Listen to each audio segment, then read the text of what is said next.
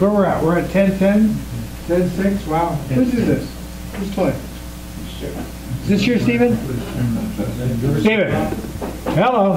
Is this you? Yeah. Yeah, okay. Yeah. No, it's because I have to match with the computer I'm using. Apple got really crappy and they said 10.10 or 10 point whatever higher than what I've got, you can't use.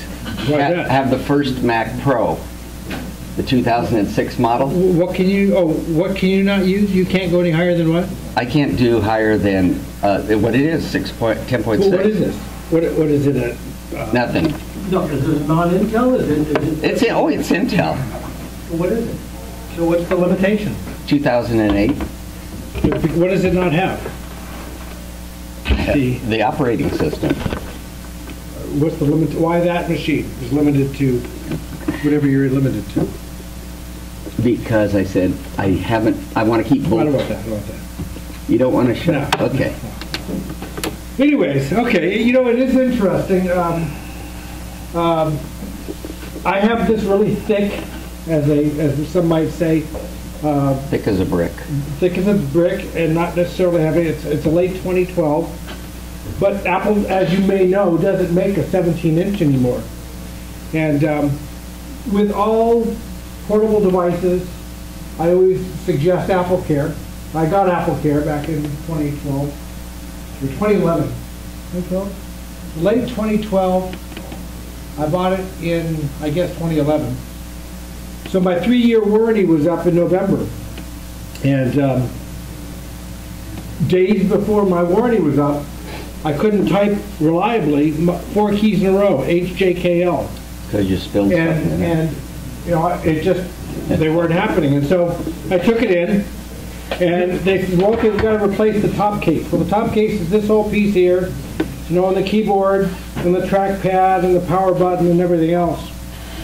So they replaced that, and it still wasn't working. So they said, well, we'll replace the PC board, the motherboard. And it still wasn't working.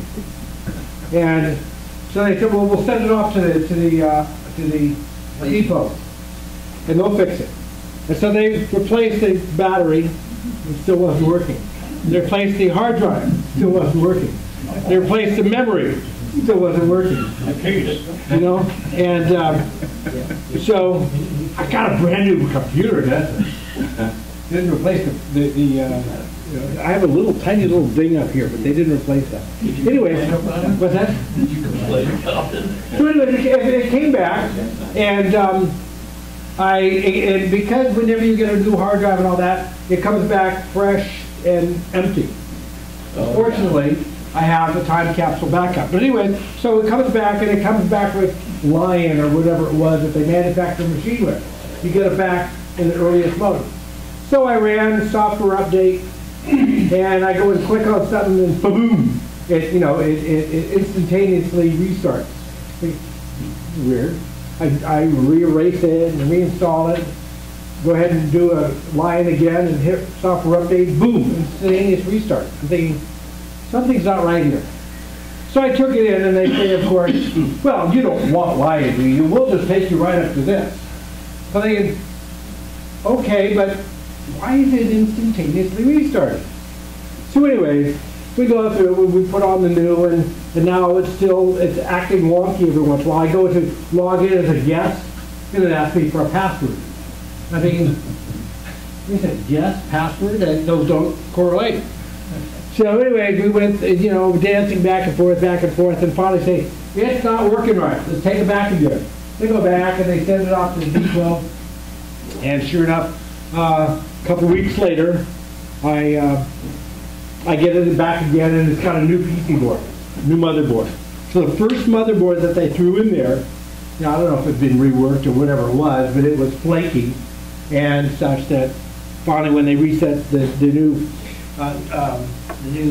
motherboard, it all was well and fine. What was interesting, they took out my 16 gigabytes of memory, because it was third party, and shoved in their 8 in the process of trying to figure it out. So when I picked up the first time, they said, here's your 16 gigabytes. It was bad. We put in R8. I said, okay, fine, thank you. Well, now that it's working again, and now that I know it wasn't memory, now I'm gonna shove my 16 back in and take the other 8 and say, hey, anybody want 8 gigabytes? So there is an upside to it. But the downside to it, again, was when you get back a machine from Apple and it's been serviced, do not be surprised if it comes back empty. Backups, backups. You want backups such that you can restore it. Of course, if you're doing, if they take it away and if you have another machine, as I did, to restore my backup to, and you're working along with that, but then you get your machine, you gotta put it back again. Well, you know, that's not necessarily convenient, but what happened along this path is my Microsoft Office serial numbers were kind of like gone. And since I purchased them 4 or 5 years ago, I don't know where they are. You know, my Rapid Reader, I don't know where my serial numbers are, and on and on and on. I've organized me that knows all of my customers' passwords on all of their Wi-Fi's and all of this and that. I don't have my own passwords to my own software. Caveat, write down in a place, in a good place, your serial numbers, because when you do a restore from Time Machine, it doesn't necessarily mean that everything's going to come back from one machine to another. It will leave passwords behind. Passwords for many programs, passwords for your email accounts, passwords for all that kind of stuff. I'm not saying write it down, put it on a post-it note. I'm saying write it down somewhere else. I often keep a lot of my stuff on my phone and all that kind of stuff. So, yes? I just had, I upgraded to an iPhone 6. And the same thing happened. I patched it all up, but I'm not using my new phone, and all of a sudden I can't get into any of my apps because they'll ask for passwords now. Now, if you have a password system, as I often promote, that kind of thing kind of goes away. And passwords shouldn't be an issue that, oh my God, I made up a different password for everything, but I have no clue what they were because once I said remember, I don't remember. So passwords are something that you should be able to retain. Serial numbers, you're not going to retain unless you write them down in some safe place and all that kind of stuff. So serial numbers, I guess they would even work on a post-it note, yes. So if I understand correctly, keychain doesn't necessarily get restored and tagged sometimes, Correct. Because keychain is, yes, where your email passwords and all that kind of stuff is stored, but your Wi-Fi passwords may not be stored. All of those other kinds of things. You may lose your printer drivers and that kind of stuff when you move from one place to another. So there's many things that you have to have some other alternate system for when you have to lose a hard drive or restore from a Time Machine backup and all that kind of stuff. What was finally wrong with it? The motherboard. The motherboard. Yeah, over time, motherboards, normally we like to think when they move that the traces weaken, but heating is like a light bulb. It heats, it cools, heats, cools, heats, cools, and the traces will crack. And so the traces of that aligned those 4 keys was intermittent. And the worst part about that, if you will, is that when I restart it. So when I restart, I go to put in my password. Well, my password was one of those 4 keys. So I can't even enter my password after I've restarted. And so, things can get precarious kind of thing. So you really do need to make sure you're all that. So anyway, that's one of my stories there for backups, for restorals, for service, and all that kind of stuff. Then I had a client. We'll get to your stuff in a minute. It's all about me. I had a client. You have 9 years, you got to get up. That's right. I had a client that had a business that had the crypto virus.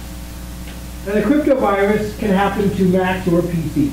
Let's just say that. And it was interesting because I had just seen a couple of weeks earlier on The Good Wife, that television show thing, this series, they had a series on the crypto virus. Well, it's been around for a while, but a couple of years. But anyway, and then Sony's had the crypto virus. What is the crypto virus, and why do we need to talk about it? The crypto virus is not really a virus per se, but it is a Trojan that,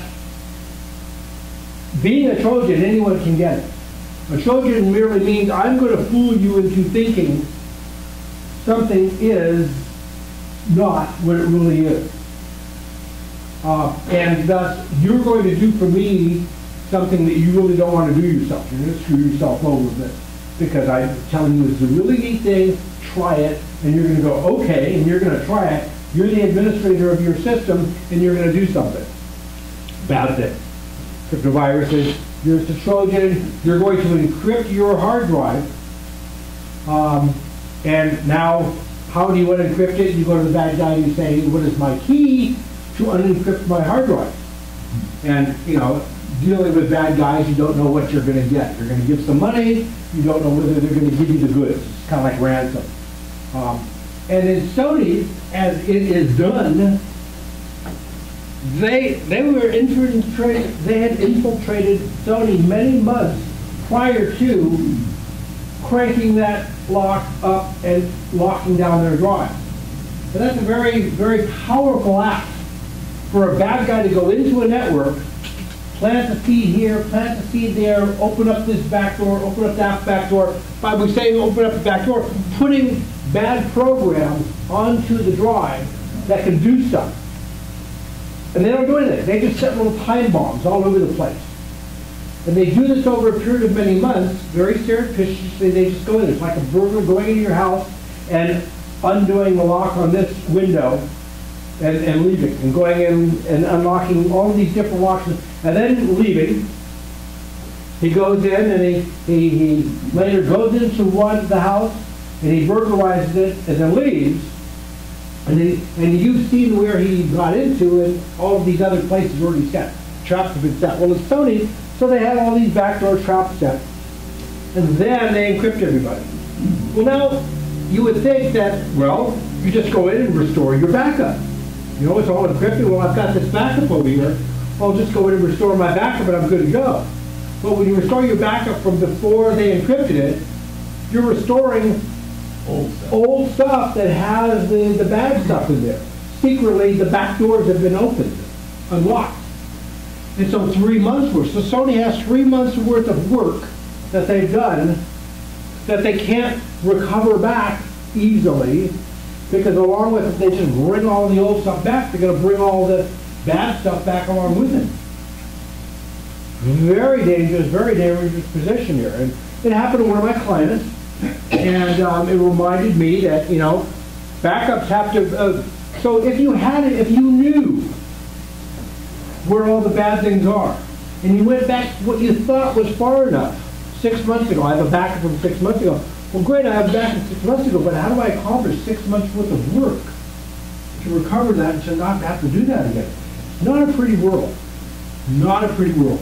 I have several medical clients, doctors that have a practice that, you know, a patient comes in, you do all your self-examination, you record all the information, that guy goes out, and you have another patient come in, and this happens. And they may have, you know, 50 patients in a day.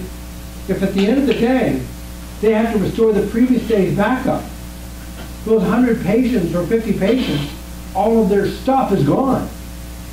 How do they tell these patients to come back in? Oh my God, that's not another place.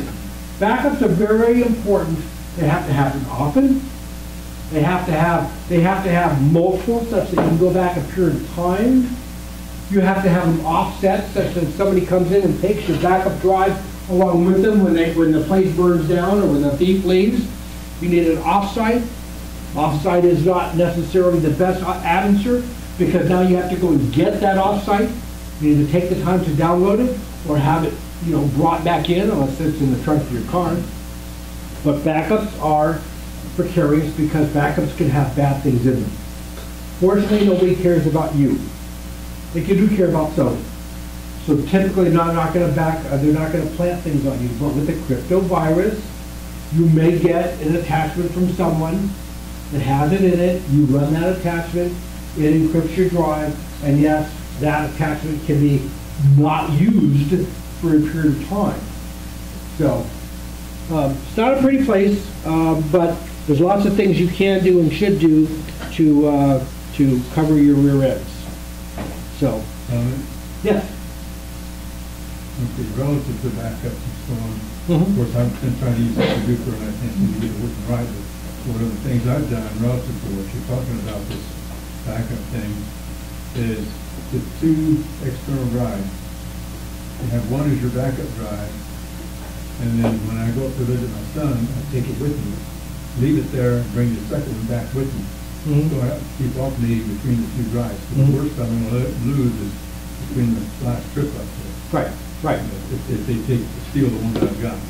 Right. And That's then, one way to have it in 2 different places. absolutely, and they can go whether it be in your trunk of your car or at a relative's, distance away, whatever. Yes, sir. That's only on the operating system, is that correct? What's only on What the you're operating system? talking about here, the Trojan horse. Well, a Trojan merely means it's something that will appear to be something that it's not. But what if I restarted and from the disk and everything, got a new operating, I had the other items that I'm interested in, stuff I work on, then download it to the new, will I have it all? Well, the stuff that you work on is spreadsheet. And the spreadsheet that you share with a friend because he needs to do some work on it, or you get from a friend, that stuff can have Trojans within it. It doesn't have to be in the operating. Absolutely not. It's most often not. When we say in the operating system, that's in the stuff that we don't use. And there's a lot of stuff that we don't use that's on our computer that we don't really even know anything about. And it's actually quite interesting stuff sometimes. Apple has moved a lot of interesting stuff into the areas that we don't use. But the point is, it can be in the stuff that you use every day. And There's no way to find it because you don't know what it's called. exactly. Password is training. The other thing has happened over at Laguna Woods Village down south, Leisure World. I've had clients there who needed help, and if something would pop up and say, oh, we found viruses, we can help you get rid of this, and call this number. Or they may go, and what this one did was they went onto Google and they said, Apple system repairs or whatever it is, and top of the list, I don't know how they do it, but top of the list is a link to a place. Now, if you read the link where it's actually supposed to be taking you, it looks like Apple. But then when you call them, and then they ask you, okay, I'm going to connect to your computer over the internet and solve this for you. And you're watching and all this stuff, and in the meantime, they're putting something else in there. So, and like Robert said, these guys are nefarious. The thing is you got to keep vigilant, and it's very simple, is you just don't believe everything that comes up that says warning. There's some, we have a deal in Safari called block pop-ups, and I still get pop-ups, certain types, I don't know how, but they managed to design their thing to go under the radar. So, yeah, as we said, you have no friends on the internet. yes, you do. We have Robert, me, and the thing is, we charge less money too. What happens is, you take and you give somebody control. Now, I've done this numerous times for my clients, is I set up a deal using messages or iChat if you're using an older system. And we have a deal set up where we can both see that we're online at the same time through iChat. And there's one of the sharing things, and I'll show you that later, is share your screen. Now, you'll only share your screen with people you know, who know that are probably not nefarious. And they can help you usually. If it's a hardware problem, like why can't I print or something like that, sometimes it can't be corrected. A visit has to happen. But the thing is I had one time, and Apple's got this set up really well, where you take, and they use a different program called remote access usually, and they will take, and I had this happen with a computer I wanted to diagnose, and it went through the first guy, the second guy, And finally, the second guy wrote it all down and sent it to the engineers.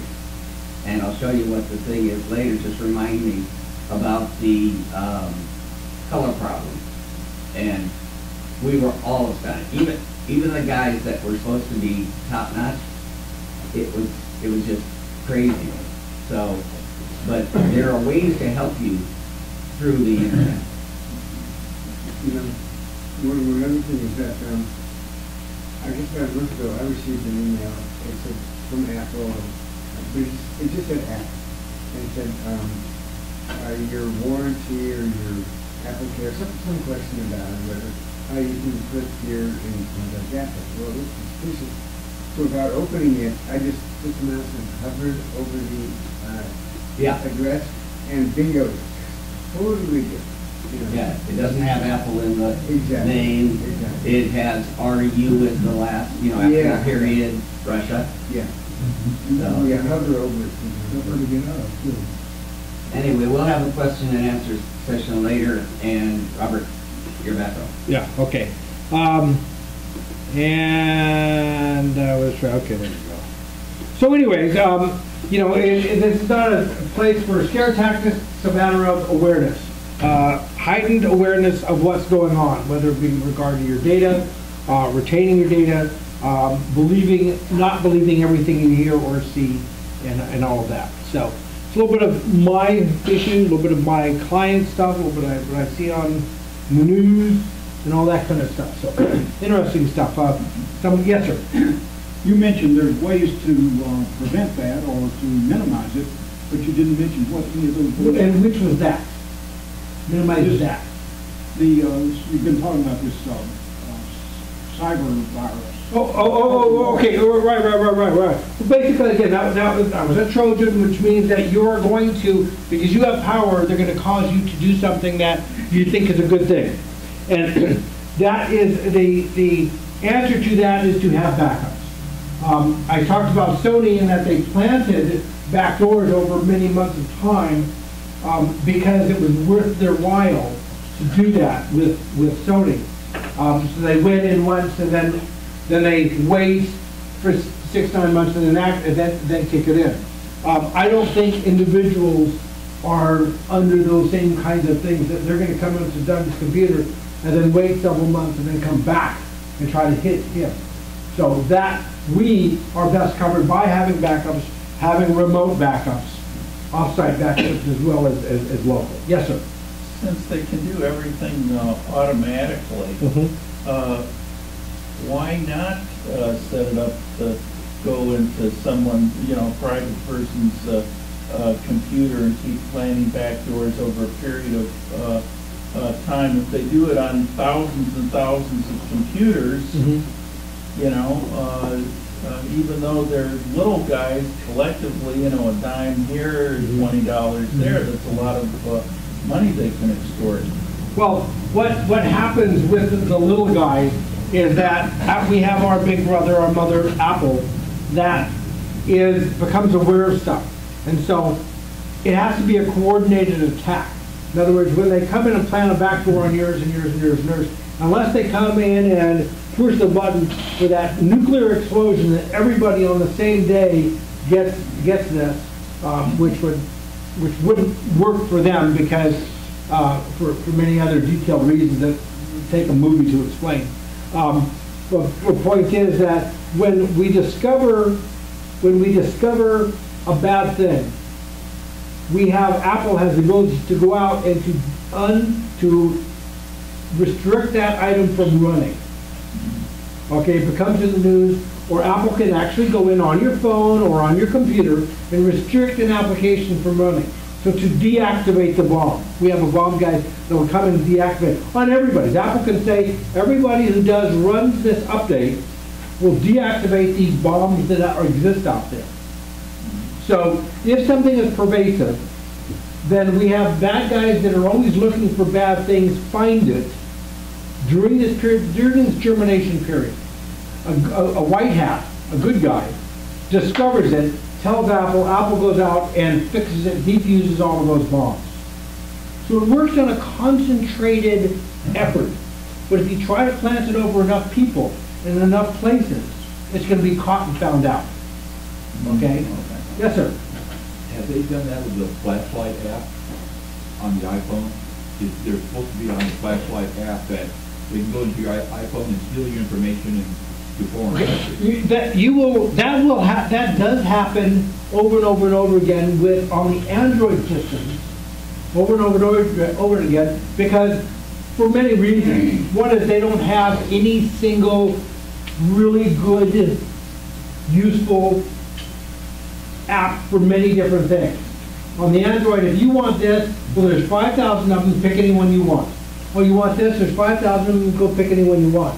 And so they don't, the Android system typically doesn't come with an awesome this and an awesome this and an awesome this, not a collection. For instance, deferring it, when you buy a new Mac right now, you get what is not, used to be called iWork, but it's now the numbers and the keynote and the this and the that, the music, photo, app, all this kind of stuff. On the PC side, you don't get that collection of stuff. You have to go get one. So you get all this segmentation issue, which is also on the Android. So when they're speaking to the app, to the flashlight, there's no one awesome flashlight. Everybody goes out and gets a flashlight. When there's so many out there, there can be bad flashlights amongst them. And since there's so many, it's hard to get any attention. This one, by the way, is volatile, and this one over here is volatile. And everybody should go get this one because this is the good one. So there's no coordinated effort to have people working on one good one. There's so many out there, you've got to be precarious. And on the Android, again, when you get a flashlight, when you create an application, the developer can say that application, I want it to be able to do this and this and this and this and this and this and this, such as access a contact list. And there's no mothership there that's saying, wait a minute, you're a flashlight. What are you doing accessing a contact list? And so the rule on the Android side is, as long as the developer says to you, by the way, this is what I want to do, that's legal. If they say that, the developer says to you, the user, this is what I want to do, that's fine. But how many people want to say, yes, you can do that, yes, you want to do that, yes. People don't want to do that. They want to install a flashlight, use the flashlight, and move on. They don't want to inspect all of the different things that are allowed to be done. You don't read the fine print. Exactly, read the fine print.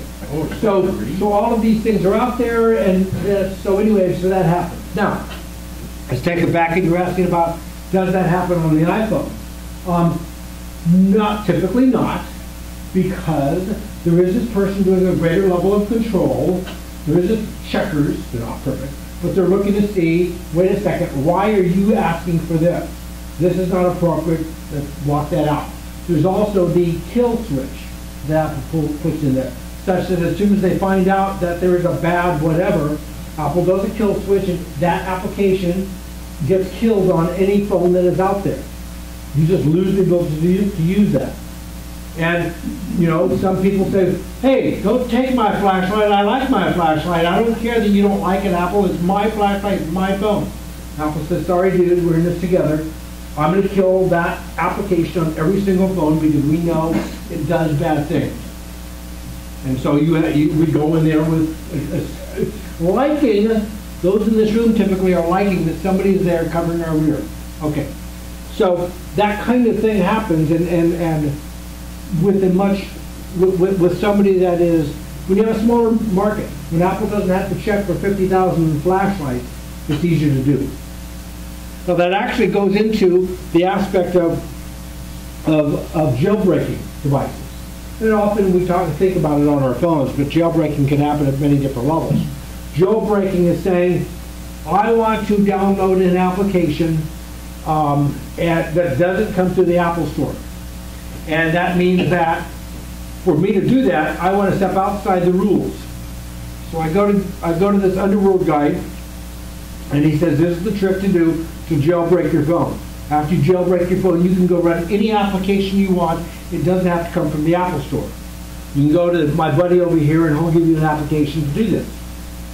And this might be an application like being able to use your phone to tether your computer, to be able to use your phone as your source of internet when you're away from a Wi-Fi signal kind of thing.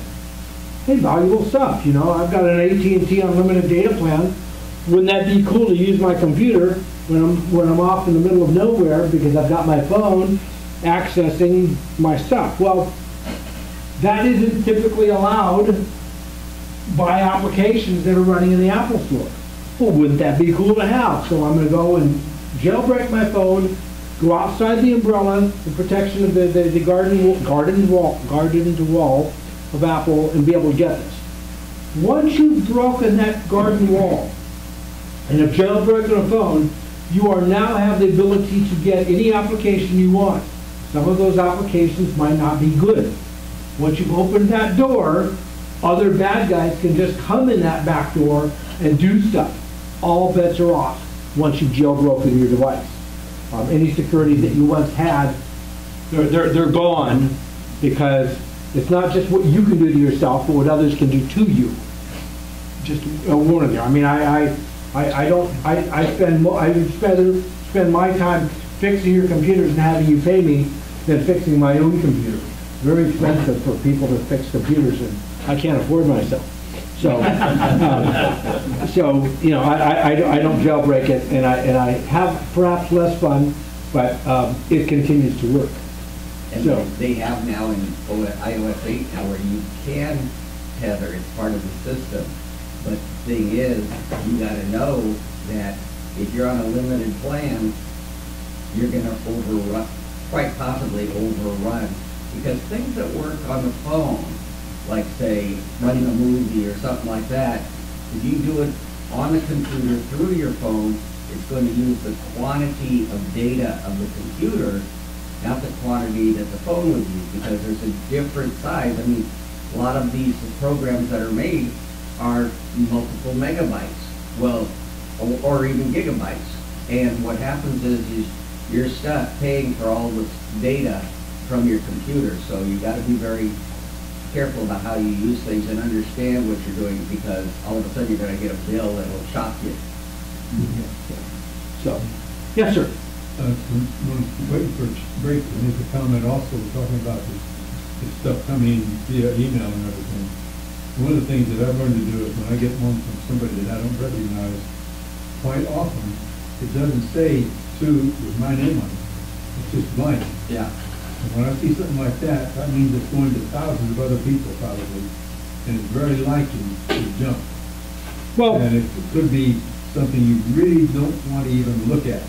One of the things when I get something like that that I'm suspicious of is I go up and there's a long header function on the Mac. It will give you a full list of all around everything it goes through to get to you.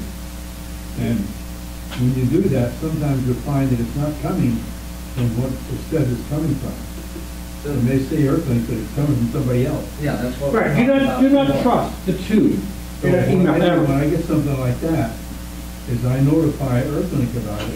You're wasting your time in there. You're wasting your time for it. Well, maybe so, but it goes to alerts them to the fact No, that this is no, they don't read it. also to the FCC. They don't read It it. goes to their trash file. They don't read it. They don't have time.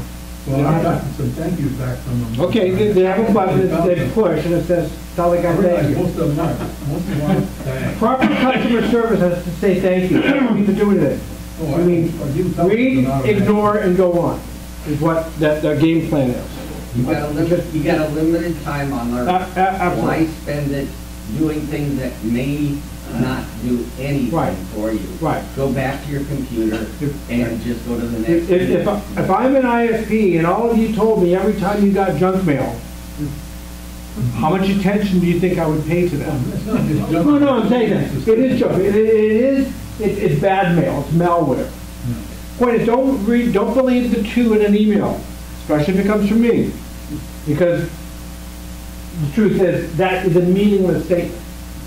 One of the things that I do though is that on the bottom of my email, I use the footer kind of stuff. Automatically include footer information. That might be my phone number, my name, or whatever it is. If you've received emails from me, and after you've received a couple, you see, it used to have little quotes and stuff like that in there. But right now, it says my name and my phone number. It's a standard, my signature, my byline. I encourage every single one of you to use those. Because what happens is, when somebody else imitates me, and you get an email from me, you're gonna go, wait a minute, where's that signature? Where's that byline that he always has? He always puts that thing, and it's not the thing that says he's stuck in Tunisia without at the hotel without passport. It doesn't have a little byline with it. So it's just something to set a flag for your friends when they receive an email from you, that they will then think, wait a second, it may trigger something for them to say, wait a second, that may not be from my friend because it doesn't have that byline that he always uses. If you had got something, says it's from me and has this funny little quote at the bottom and you always get quotes, you kind of feel safe. Because the bad guy doesn't know to include the quotes. He doesn't know to include that little phone number, whatever it is that you put in there. And Robert, usually also, 99% of the time, you'll get an email and it'll say, dear user, or member, or something like that. And 99% of the time, they are totally junk, because the thing is, if their computers that send these things out don't know your name, then it didn't come from who they say they came from. Okay? 99% of the time, the 1%, and I wanted to do this to Cox, I said, hey, if you want to send me something, make sure you run it and have it search for my name and plug that in, because I've gotten from Cox many times a deal that says, dear customer, dear member, or something like that. And it is from Cox. But the thing is 99% of the time, you just have to watch on that, because there's all these things, if we sat down, all of us could write a book of all the different experiences we've had over the past 30-something years. Right. So it's all about awareness. There's no one particular thing that if this happens, you've got bad stuff and all that kind of stuff. So the trick is to be aware of what's going on. So anyways, I'm going to plug in this here. I normally like to start, and I hate these connectors, can't tell what's what. Sure. Usually the chamfers are on the bottom, Robert. Yeah, thank you. Just finding the chamfer is sometimes a trick. Yeah, I know. And things get smaller and smaller and smaller. Yeah. So, there we are. So we're going to jump over to your stuff for a little bit, but then we're going to maybe jump back and talk about core services. So anyways, you had some issues since we've last met, things that you had a question with or something like that. Anybody come here with something that they want to, yes? Yeah, I've got a whole list. Okay. First of all, I'm using the Adobe, from the cloud for, Doesn't tell me that. Adobe's a company. no, the Photoshop and Lightroom and Bridge. Okay. Okay. About 3-4 weeks ago, I get a flag that there's updates for Bridge and let's see what's the other one, for Photoshop. Uh-huh. And since then, I've continually tried to upload those updates. And what it tells me, it goes as far as downloading 74% of Bridge and stops. And the Photoshop update, it's always sitting there with a note that it's waiting. Okay. When it started doing things, it asked me to make sure that the Photoshop and Bridge and Lightroom were off, which they are. Where do I go from here so I can get the updates installed? Okay. This is particular to an application, a company, and all that. But the tricks are, the things to try are, start up your computer from a restart, without anything else going on, and then go for your update. You will have the least amount of potential conflicts going on. Because I know I'll a lot of the time try to download something and they want my Chrome to be closed, all my Office to be closed, and all these different things to be closed. And you know what? I'm not ready right now to be doing all those things, so it's going away.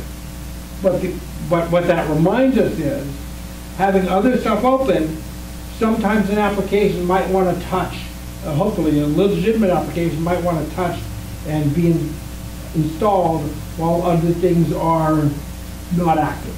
So that's the safest and best thing for us to do. Okay.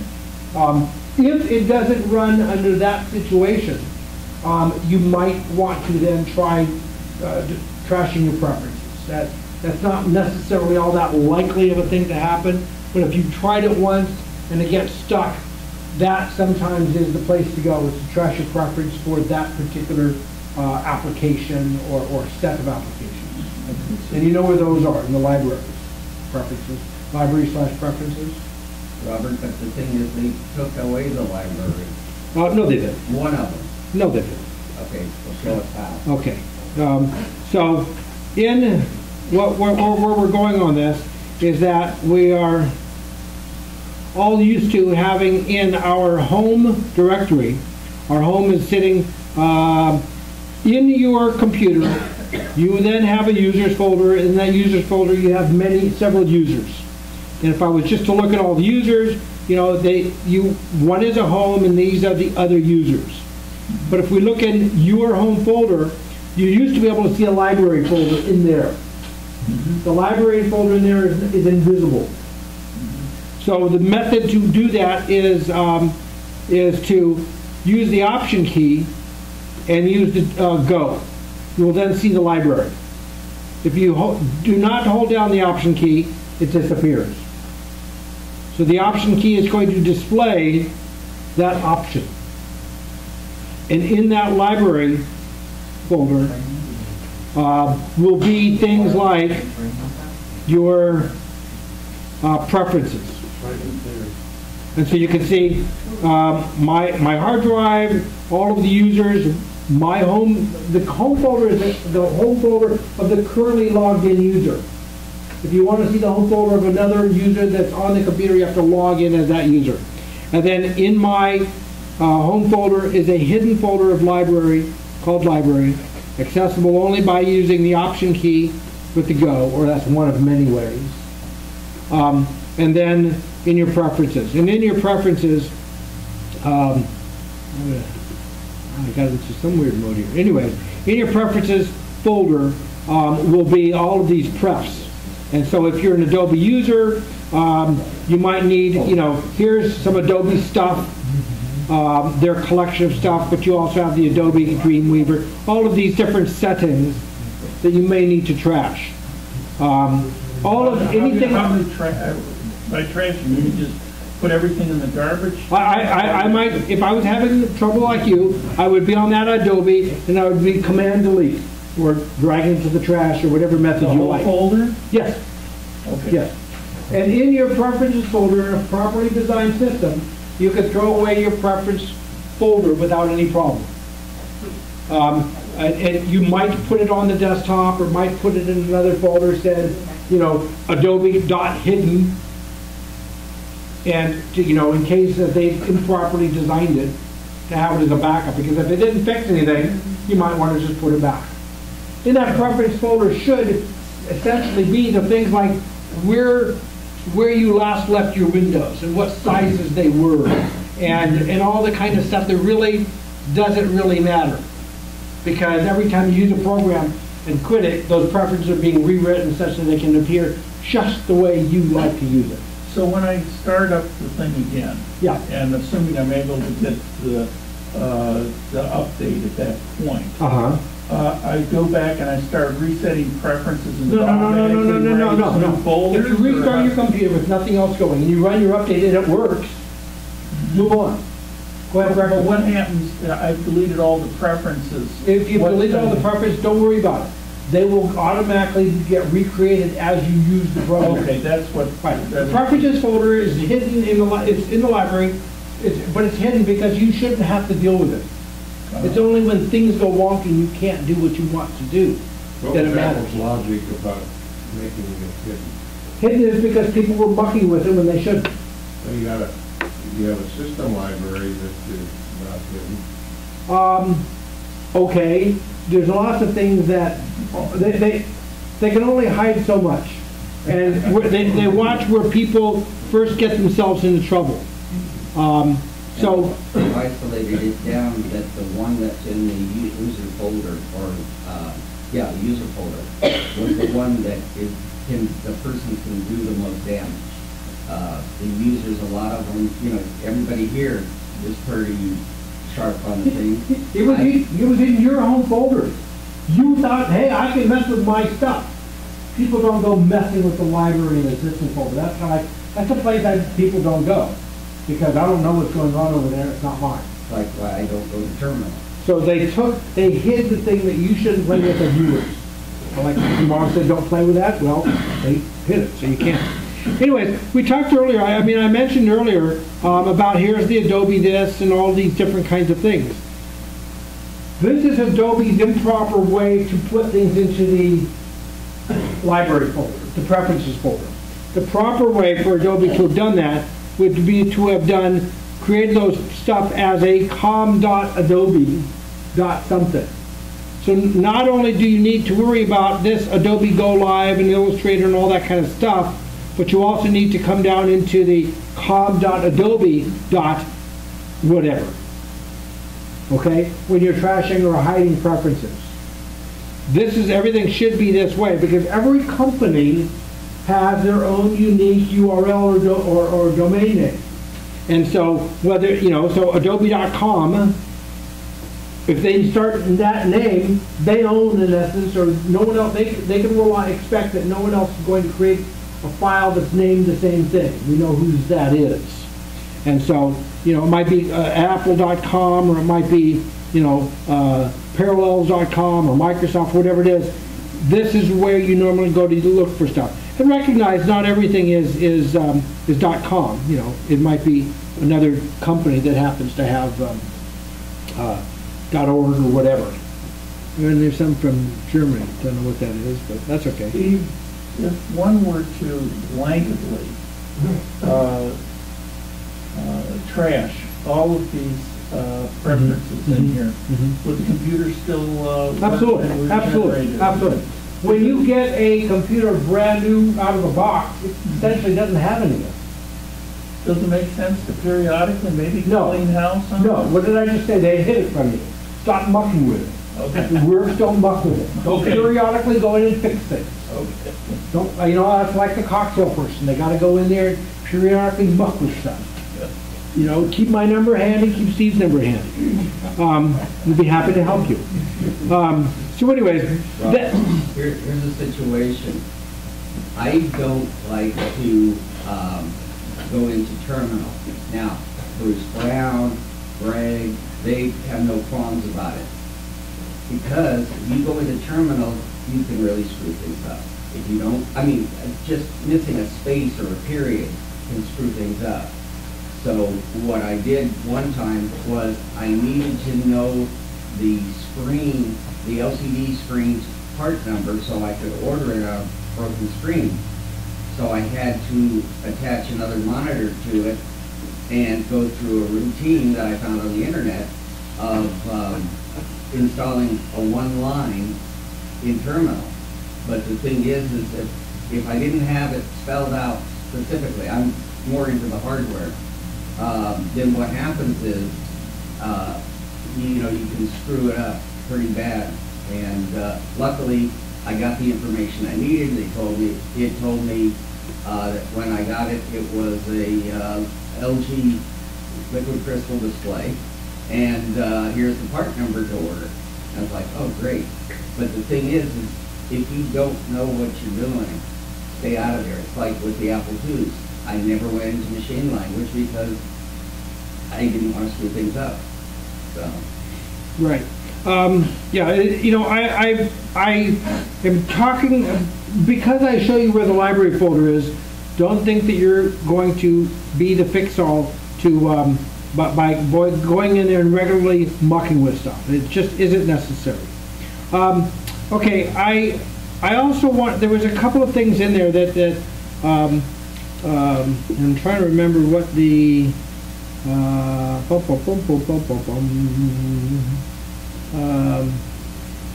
don't use a lot of things. There are multiple applications, darn it. And I'm merely here in my applications folder. Where so many things do get stuffed these days. What I'm looking for is that's not. Give me just a moment. Mental case. What is that? Interesting.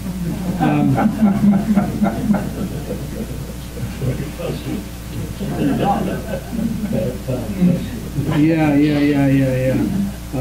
By the way, you'll see a folder, for instance, installs from Apple hidden, because Apple installs creates everything like install blah blah blah, install Yosemite, install Mountain Lion, etc. After you run it, those installs will disappear. So since I have this one here and this one here, as long as they are that's a 165.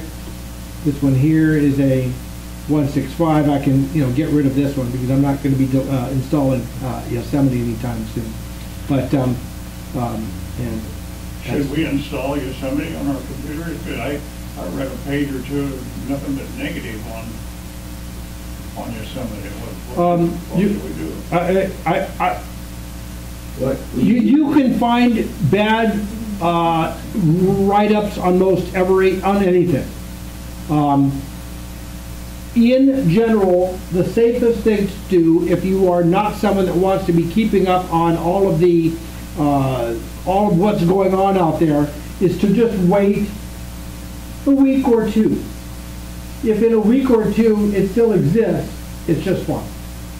Because in that first week, if there's something really bad, it will be discovered to get pulled, and you won't have access to it. After a week's worth in the wild, it's a fine thing.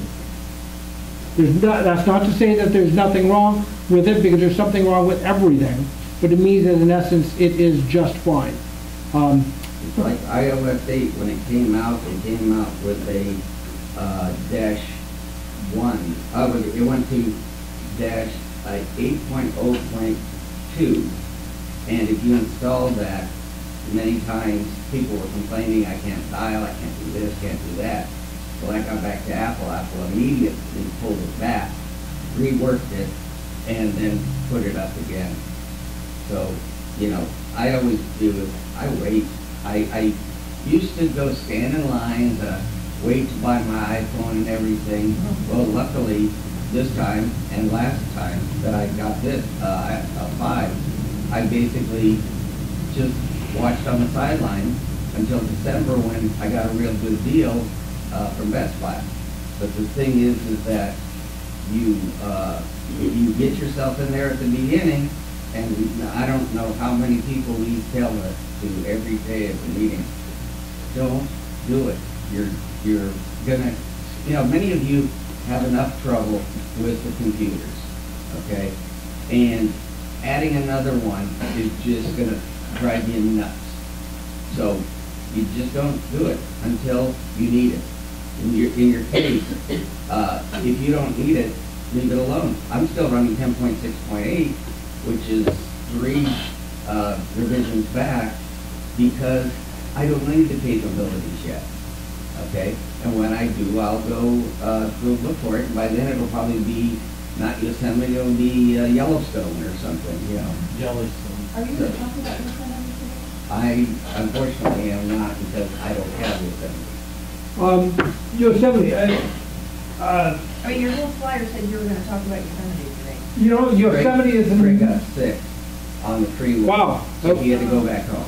Oh, I wish I'd known, because we could talk for 5 days about Yosemite. Good, you got all the day.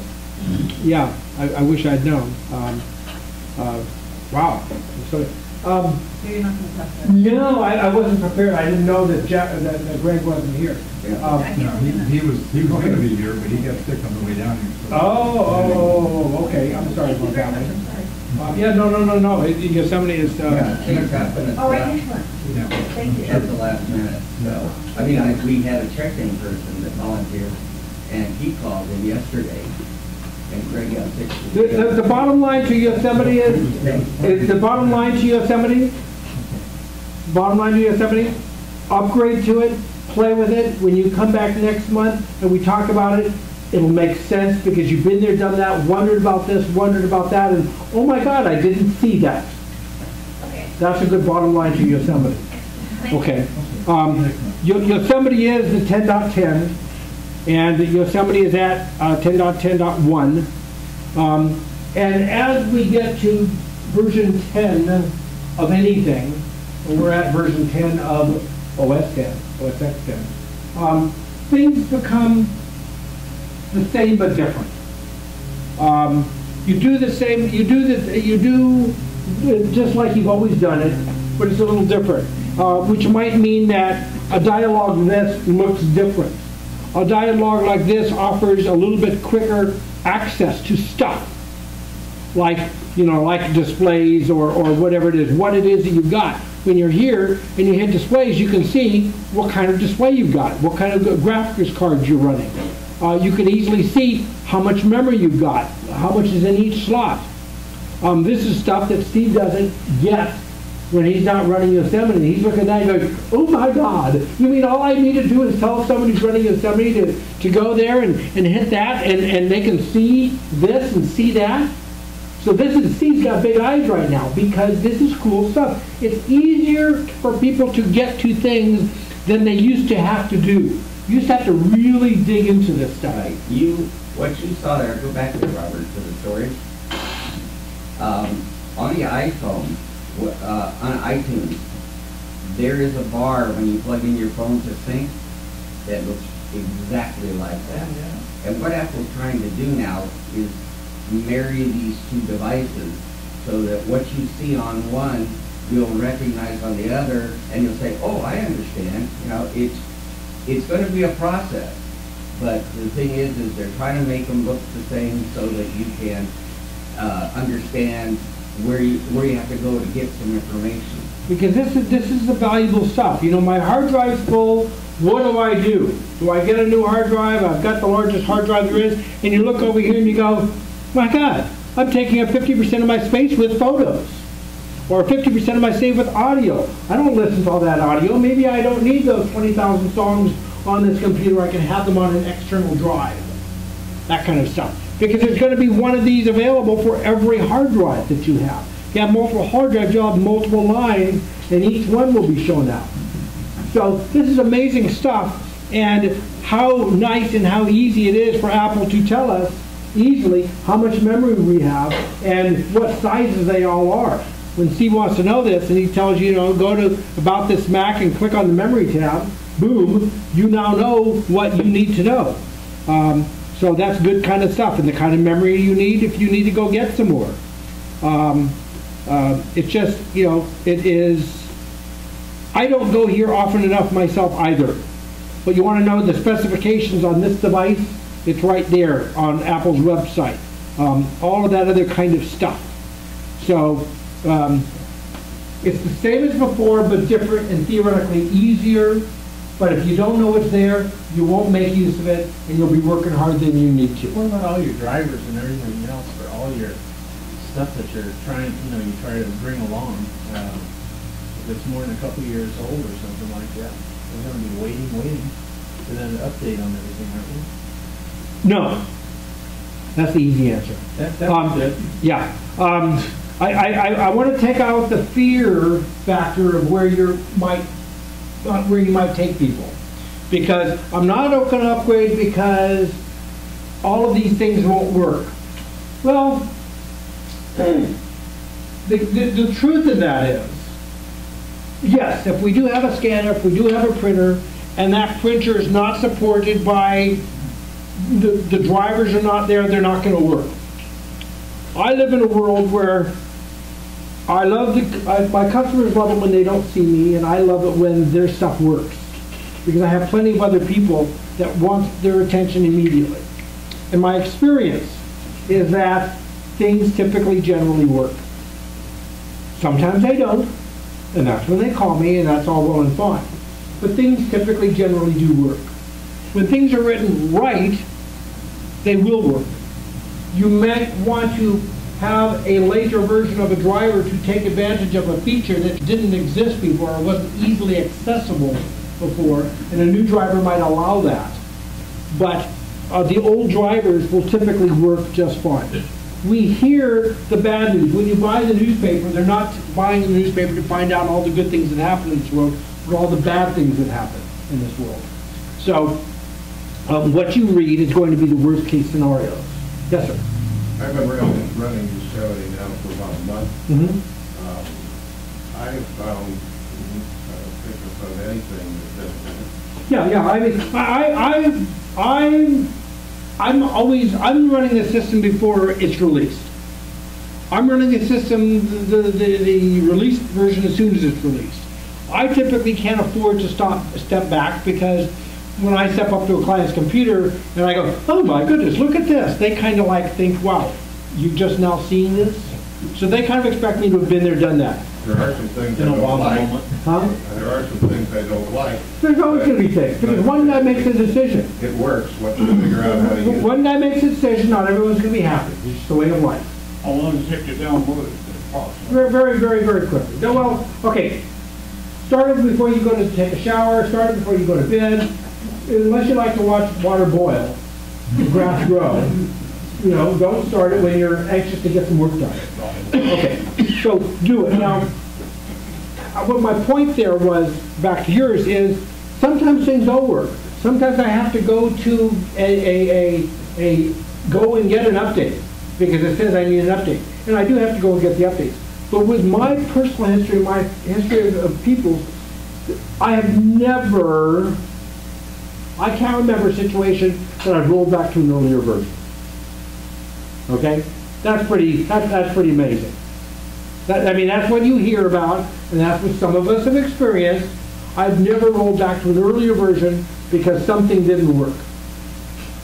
Sometimes I had to buy a new version of something because my version doesn't work anymore, and I have to, and it's 8 years old or whatever it is, and so I can't use Withdraw anymore. So there's stuff that happens, and I've been very upset that I couldn't use my whatever anymore. But you know what? I can either be stuck there, he's not looking at me, or I can move on. Are they downloading iPhoto and all the rest of the other things that are in the other programs, the other operating systems? Yes. Yes, So you yes, get the yes. full complement of all Oh the yeah, things? oh yeah, yeah. You owned it before, you owned it again. I mean, the honesty there, if I'm running 10.9 and I'm using Apple server application, which I would recommend to everyone, and that's a whole nother lecture or two of its own, and I now go to 10.10, I must go and buy a new server app, because Apple server app only works with the current operating system. That's historically what's going on. So if I buy a new hard drive, It doesn't have a hard drive. Forget the hard drive for the moment. If I upgrade to a new operating system, I now must go and buy a new version of the server app. $20 for a server app. Runs makes a server. But, right, not a problem. And so a hard drive really doesn't change any of that kind of stuff. It's not what we're talking about here. What we're talking about is I've never been burned by upgrading to a new operating system and things not working. Would you say again what you have to, say again what you have to buy? Oh, an application that you don't know. An application called Apple Server. An application that turns this computer into a server.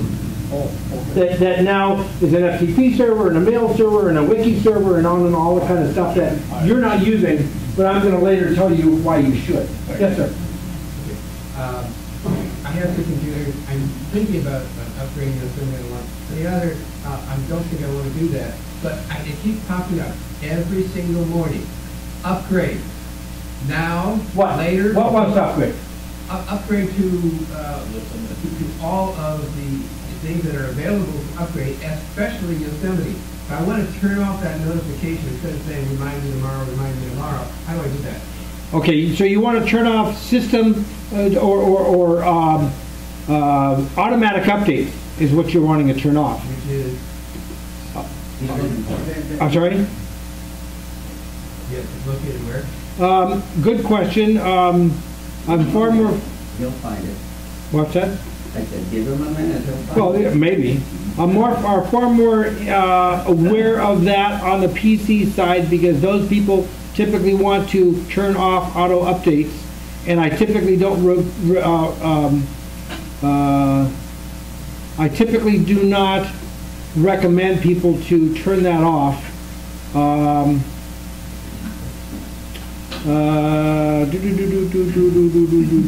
I'm going to go to the App Store. Preference. Automatically check for updates.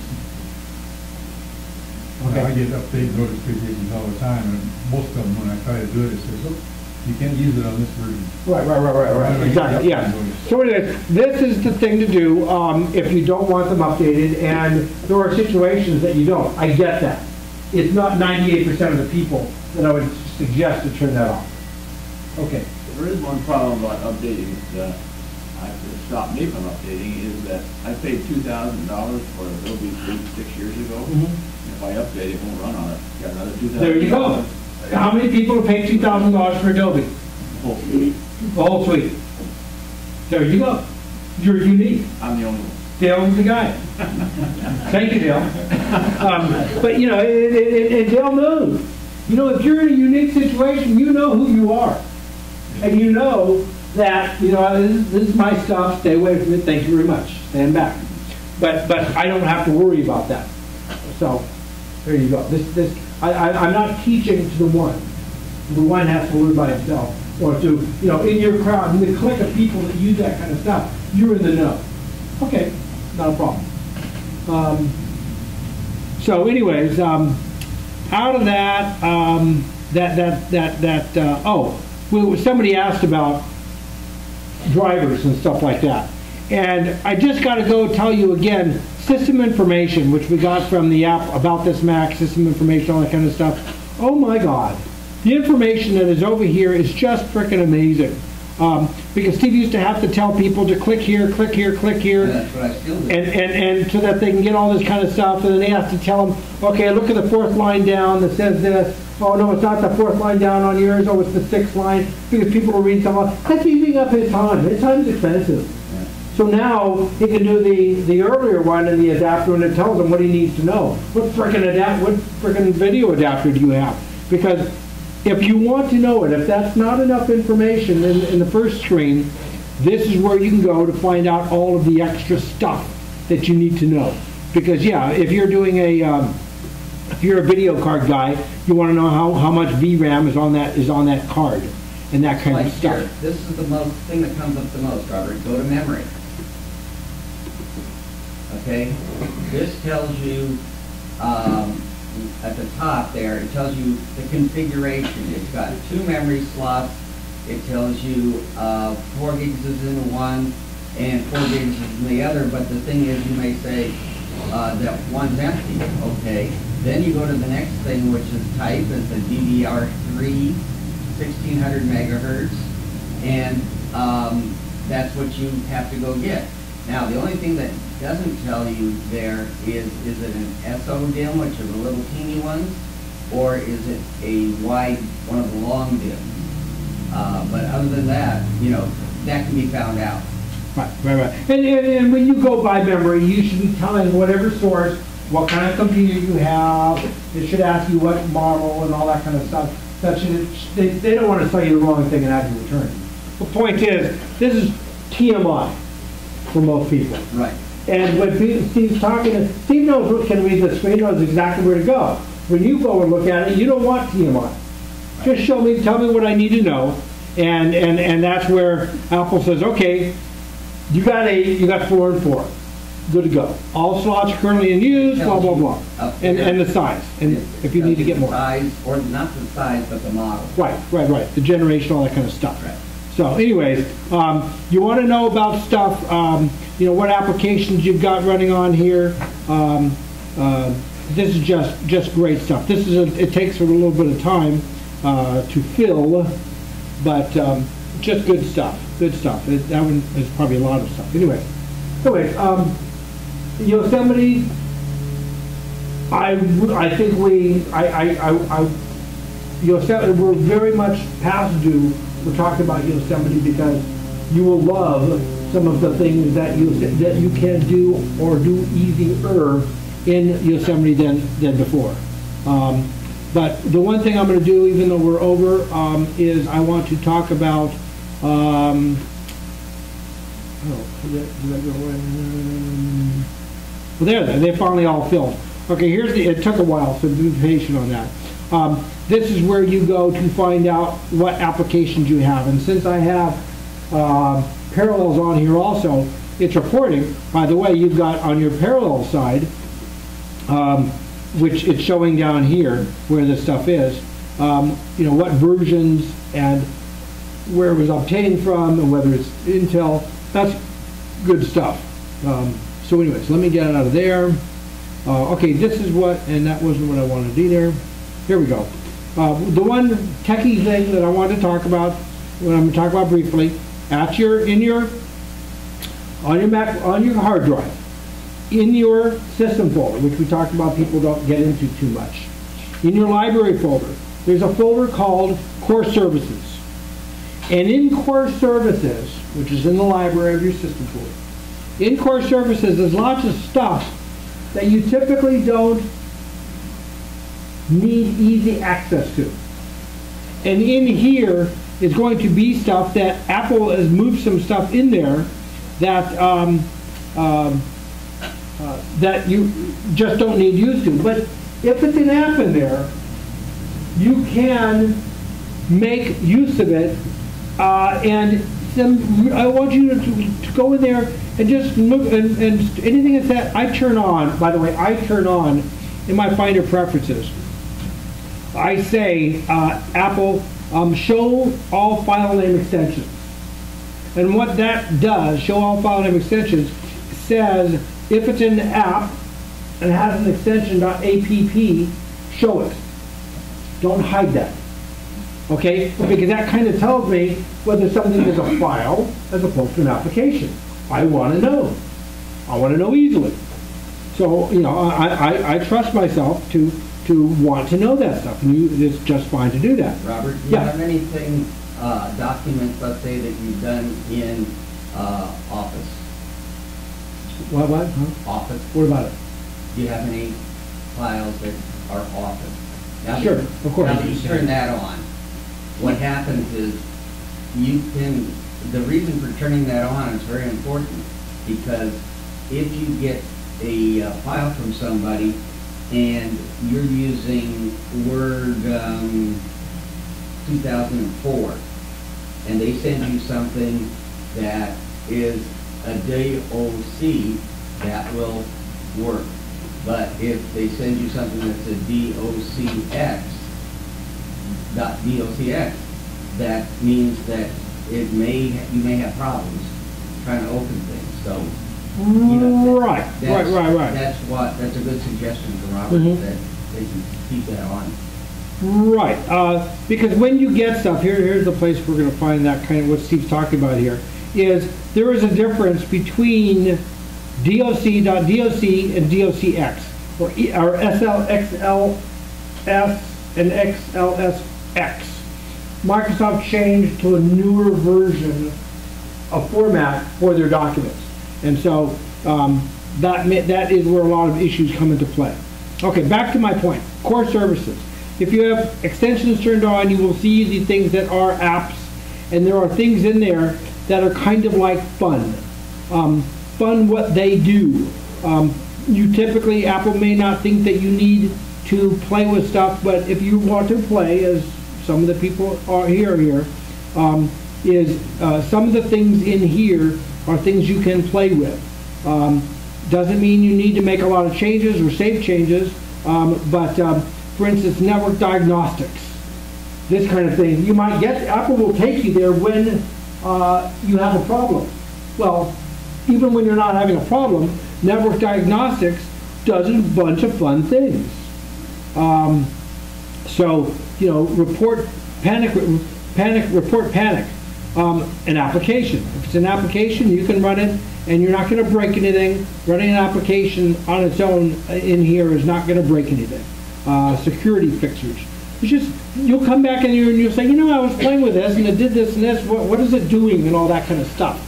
So, it's just, there was something, voiceover app. Stuff that is like, oh my God, I didn't know it could do that. So there's some features in here in Core Services that, including Apple has put into there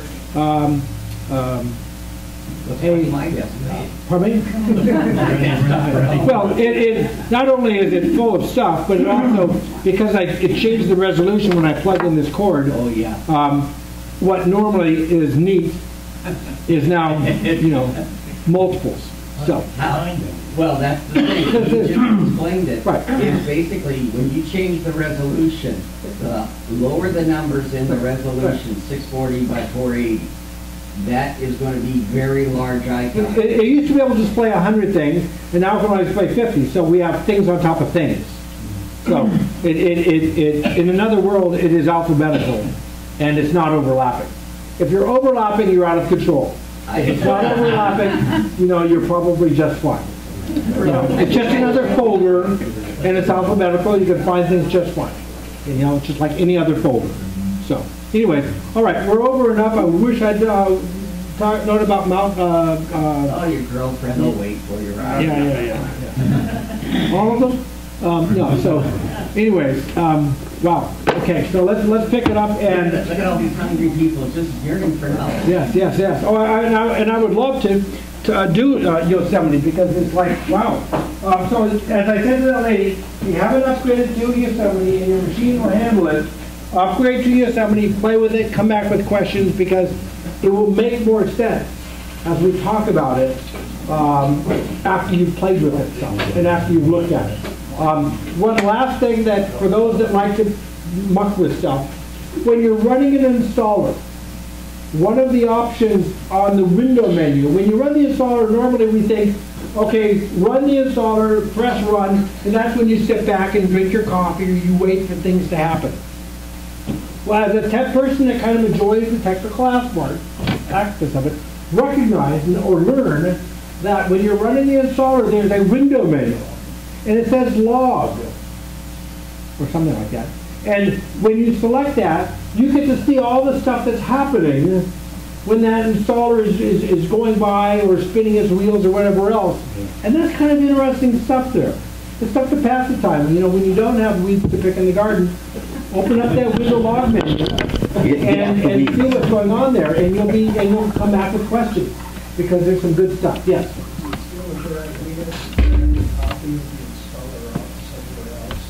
You're talking about the operating system installer. And yes, I would, when you're doing a Yosemite, it will first download, and then it will start up and say, press to install Yosemite. And before you do that, I want you to go down to Fry's and buy a 8 gigabyte flash drive. And so that thing comes up, it says ready to install Yosemite. Quit. The installer is in your applications folder. Copy that off somewhere else, or make a copy of that off somewhere else, and then next month we will teach you how to put that installer onto a flash drive. The flash drive you buy at Fry's or wherever, I'm going to say, you get an 8 gigabyte USB 3 flash drive. USB 3 is the ticket. Right now they're on sale for the million. You can buy a 16 gigabyte. Doesn't matter if it's larger. You're going to waste everything over the 8, but you must have it at least 8. You buy a 64, you'll end up using it as an 8 gigabyte installer and waste it. Get the cheapest USB 3 one you can get, because you want it fast.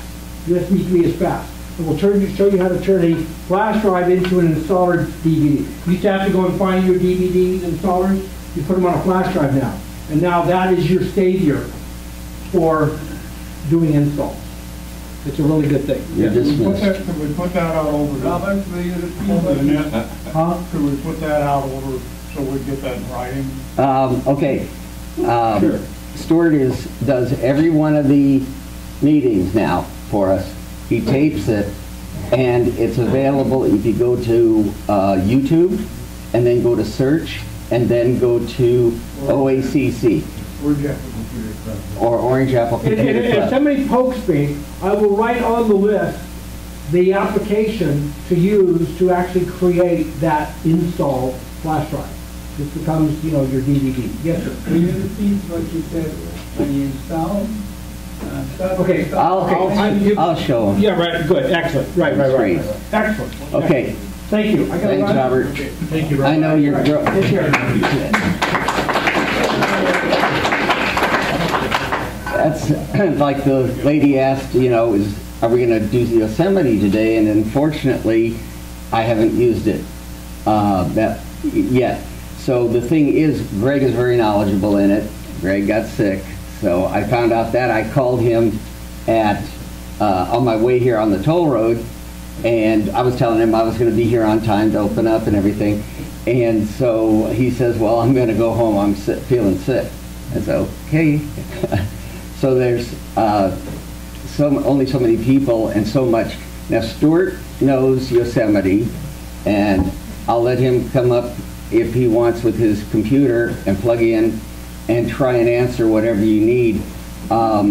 Since I'm mostly hardware, some of the things I can't do.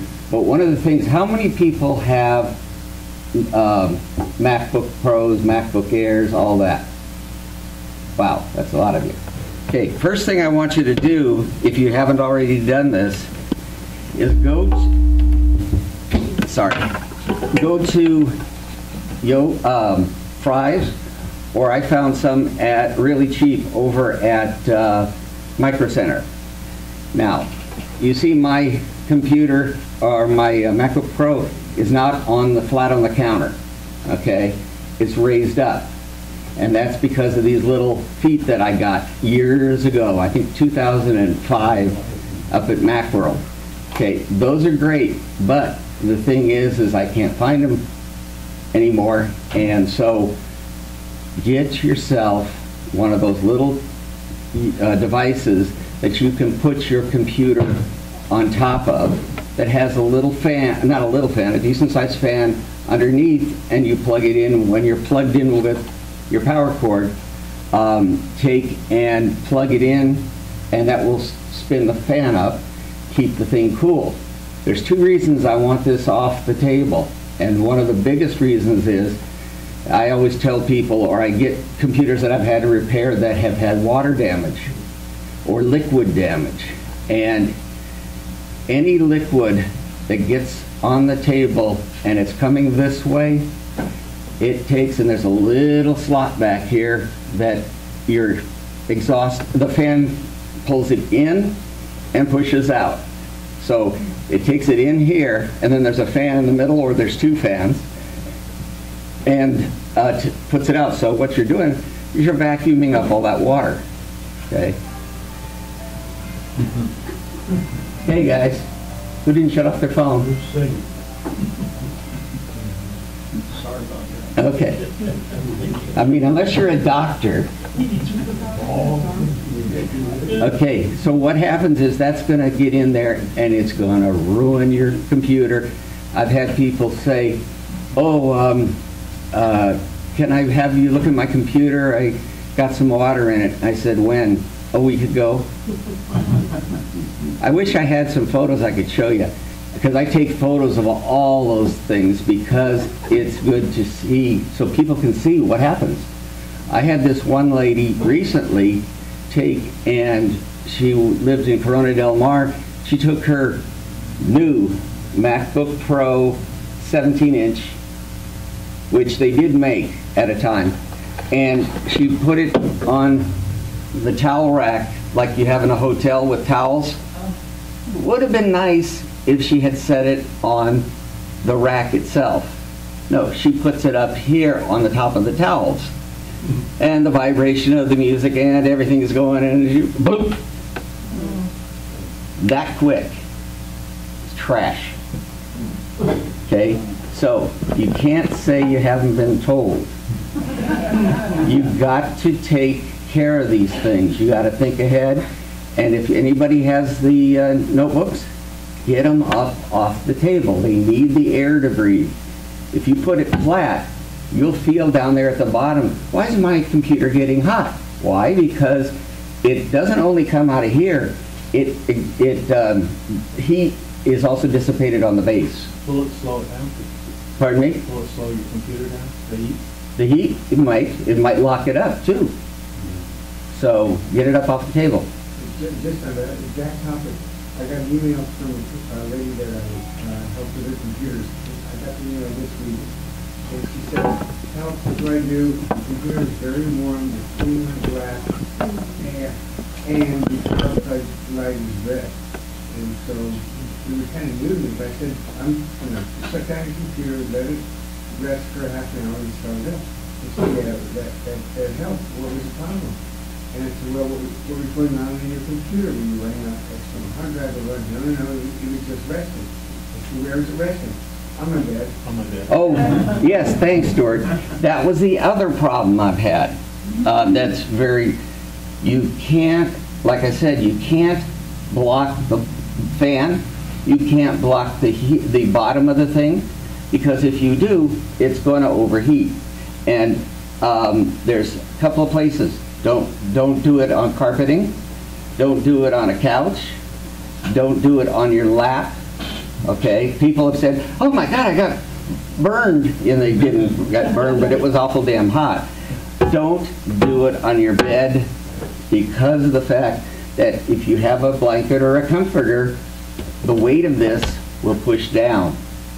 Then what happens? What are you doing?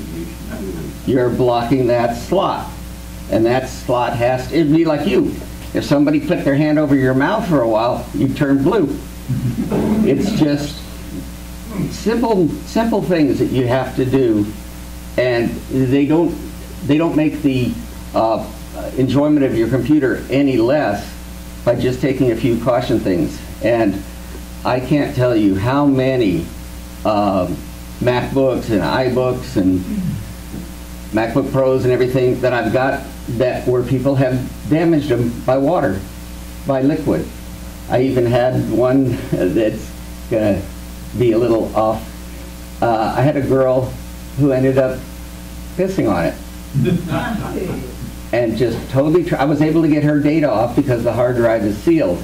And her father had the brains to get it over to me right away. Yanked the hard drive out, dried it off, and put it aside. And then I said, something doesn't smell right. Well, I got to tell you, back when I was a first technician, back in '81, I said, I got in a computer, and the Apple II this lady had a cat pee on it. And on the Apple II, you know, it was resting up where it was warm. With the Apple II, it goes down and lands on the logic board. Well, there was an area about that big with your crystal, which is the oscillator for the computer, and a bunch of transistors and resistors and everything. And at that time, to get an Apple II logic board was $700. Now you can get them anywhere. But the thing is, I rebuilt that whole corner for her. Since I'm a manufacturing engineer by profession, I rebuilt that whole corner for her. But every time I took my soldering iron and I hit the solder, so I'm very knowledgeable in what urine smells like. And I said to the guy, what really happened to it? And the girl had told her dad, well, Dad, something got in it, and I took it and immediately sprayed something on it. What'd you spray? I don't know. And then I hit it with a hairdryer. So, and anyway, so I said, I'll get her data for her, and she'll be fine for school. But what happens is, he goes, and I said, by the way, I want you to go home and ask her very point to point, get in her face and say, what really happened? And basically she was working on it in her room. If she might have been sitting on the floor. If she was sitting on her bed, she was working on it on the comforter. Or at the desk, flat on the desk. So basically what I was told was, okay, she came clean. She said that she was sitting in her room and she took and needed to go to the restroom. She ran down the hall to the restroom and took her computer with her. Who takes a computer to a restroom? I might take my iPhone. But the thing is you don't. And you know how, unfortunately, girls are made differently. She didn't get her pants down in time. And all over that, all over the floor. And I just, you know, it's one of those things where you just go, oh, God. Yeah.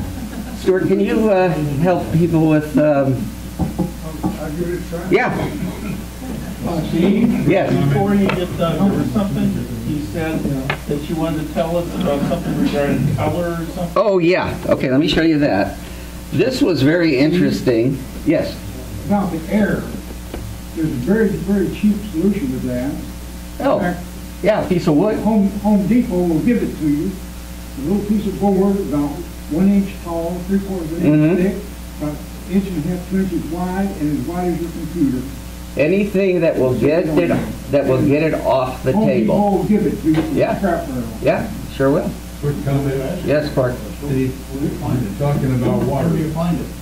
One of the problems is people think they bring a cup of coffee or something, set it on the table beside it. Don't bring any liquids in next to your computer. Okay. Put them in the other side of the room or in another room. Yeah. Now, then what this does, it's better for you too. Because now then, when you want to get a sip, you got to get up and walk. And that's going to get circulation going back in your body. So it's Right, because many of us as well as the sit computer. quite a long time. And what happens is, now, a lot of times where people have damaged their computer, and it's usually teenagers that are in school, and they're sitting there with a soda or whatever, and they knock it over. I always say, take the liquid, and put it over on the return of your desk. Now, not everybody has one, but like Corky says, take it out of the room. That way you get up, you get a little walking, get your heart going, and it's better for you and it's better for the computer. Let me show you one thing that happened. Let me get set up here and I'll...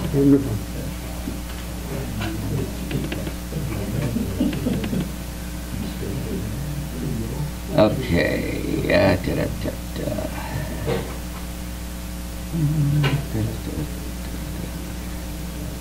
There.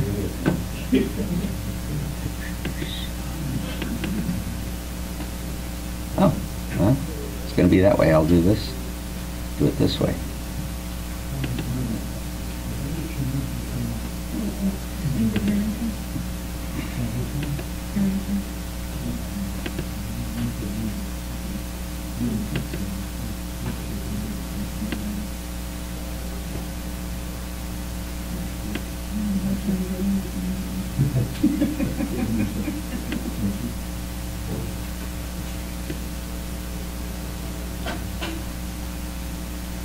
Okay, now this picture right here, I will make it bigger.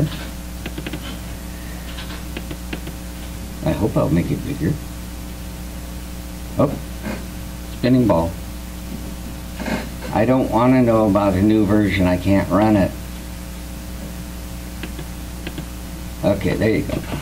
In fact, this little girl is very funny. It's a daughter, one of a set of twins, and she has appeared in so many children's clothing ads. It's just amazing. She is the cutest little thing. Except, that's not, when I got this guy's computer and it was all done, it was still having video problems. And so what happened was that, close your eyes a second. Okay. Okay, now open it. And basically what I had was the screen option photo of these look like what do they call it? Jellyfish, and 2 clownfishes, orange and green. And I said, there's no matter what I do, I go to a different, I go to all these different places I check. Then I tried booting it from my computer using target disk mode and booted off her computer, and the problem went to my computer. And what the thing was, I called it, you know, Apple has some really great service. You can't, I don't think you can find anywhere else where they'll spend time with you, quite a bit of time. I talked to a tech online. You can either text them, call them, or bring it into the store. And that day, I needed to have it done for the weekend, by the weekend. So what happened, I checked all the stores around in Orange County, and nobody had, this was on a Saturday, nobody had appointments for the Genius Bar. So I was like, what am I going to do? Then I found under, you go to Apple, and across that bar at the top of little buttons, okay, you go to support. And it will then take you to the option to chat. If you haven't chatted, you should try it. It's really wild. Or call, or make an appointment at the Genius Bar. So what happened was, I took and I chatted with the guy.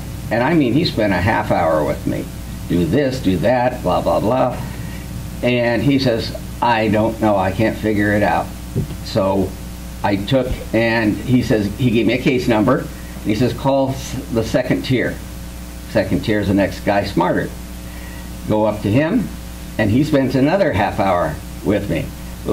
He even took control of my computer, and we still couldn't find it. And I sent them pictures of what it looked like and the whole thing. Finally, he said, I'm going to pass this on to the engineers. And I said, okay. Yeah, and I'll call you by Thursday. Monday rolls around, and he says, Steve, sorry to say, but we found the problem. And all the problem was there are adjustments. Where's my system preferences? No, I don't want that. I want this.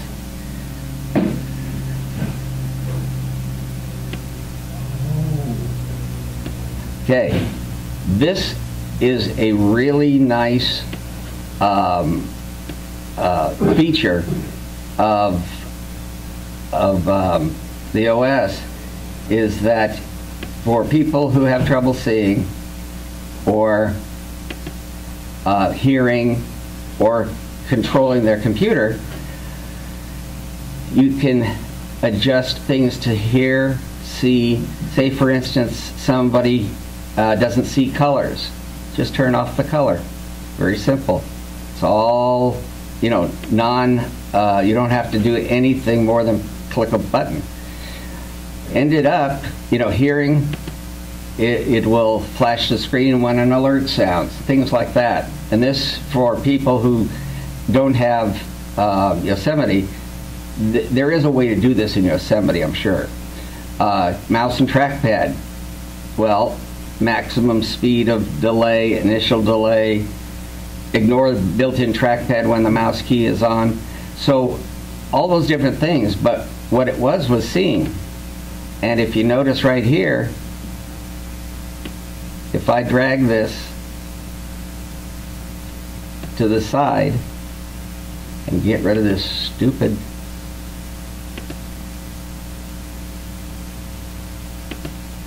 okay, she looks normal again. So when something like that happens, you know, you got to try that. And the first level, myself first for hours, first level, second level, an engineer finally had something so simple. So the support is there for you. Make use of it. And one other thing, how many people are on OACC list? Most of you. Okay. Have you been getting emails through there? Did everybody get Greg's announcement? Yeah. Okay, Greg's announcement worked. Okay, they come through two different lists. And what happened, I've been getting over past few months of bounces. Since I'm the administrator of the list, I have to physically put people's email addresses on, take them off, all that jazz. Well, then I started getting these bounces, and so like Corky said, you know, there's all that data up there of how it went and where it went and all that stuff, and it gives you things that tell you something like the reason that they're not accepting this or not passing it on that person isn't on their system. So you have to keep us updated on your email addresses, otherwise you will end up with nothing. And then I had, there's two guys, Riley and Smith, that they live like 2 houses down from each other. And what happens is one would get it, but the other wouldn't. Well, they didn't let me know what their new email address was, hence you didn't get it. The other thing is, to prevent spam, these companies are saying you can't send it from a server, it's got to come directly from the person, you know, and all this stuff. And it's like, so basically I've got to go pay to have our mail list server rewritten. You know, it's really been tough. So if you haven't been getting them, we're working on it, and we'll find an answer soon. But make sure you keep us apprised of that. Also, if your phone number has changed, there was, it should kick in a second. There we go. Okay. The other thing is, make sure I have your phone number for the list, because there was somebody who renewed, and I put her email address in, and hers bounced. And so the first thing I think of, well, I'll go call her, look her up on the list, phone number's disconnected, but yet how can it be disconnected if she's here? Well, she's changed her number and doesn't let the club know. And it's very simple to send it to steve@oacc.org, or the one that's listed at the bottom of the list, the OACC treasurer or list mom 08@oacc.org. Make sure I have your phone number, because I tried calling her and I was figuring, hopefully, is Ingrid here? No, it's me. I gave you my new information when I re-upped, and it didn't get put in. Yeah, I'll talk to you about that, because Okay. I put it in, I've checked it 3 times and done everything, and I'll tell you what the thing went on. Anyway, we're gonna let Stuart, is a retired teacher, and I'll let him try and help you with all your Yosemites. What? Dues are due, right? Pardon me? Dues are due. Dues are due. Basically, Corky today is acting as Jeff, and on the list over there, it has 2 different colors. If your membership is needs renewal, it'll have a yellow. If it's passed, it'll have a red. So you check with that, okay, to make sure you're on.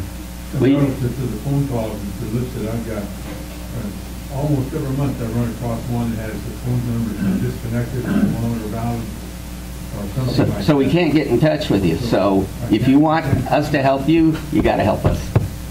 Okay, go for it. Okay. I'll try to answer questions. I'm still learning it myself, but I think I've got a fairly good grip on Yosemite. First, just want to show you a couple of things. We talked earlier about not opening emails or finding out where they come from. And I have a sample email here that I received today.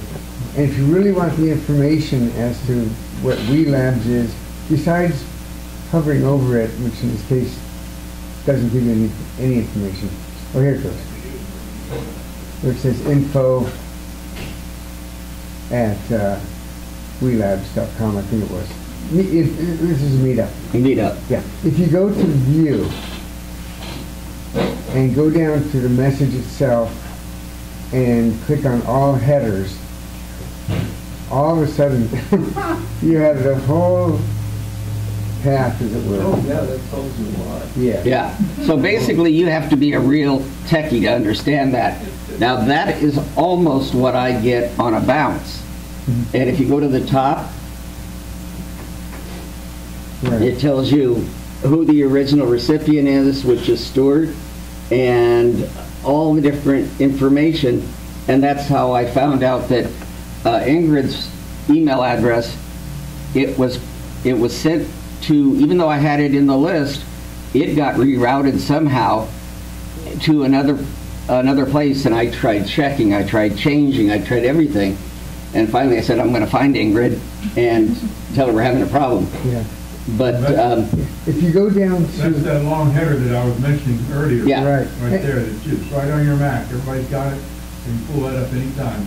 and if Like you you, want to order the header on your pull down from the top, put Okay. on the header, And- slide over, and then you have a short, Okay. long header, bang, you got it. okay, cool. and if you go to raw source, it's even more. I mean, I mean, if it's got graphics, I've never delved into this, so Yeah. I'm learning it as I'm explaining it. if But it's it got even- graphics, it's all in there in code. And it even gives the address of the people that sent it to you. I mean, the street address.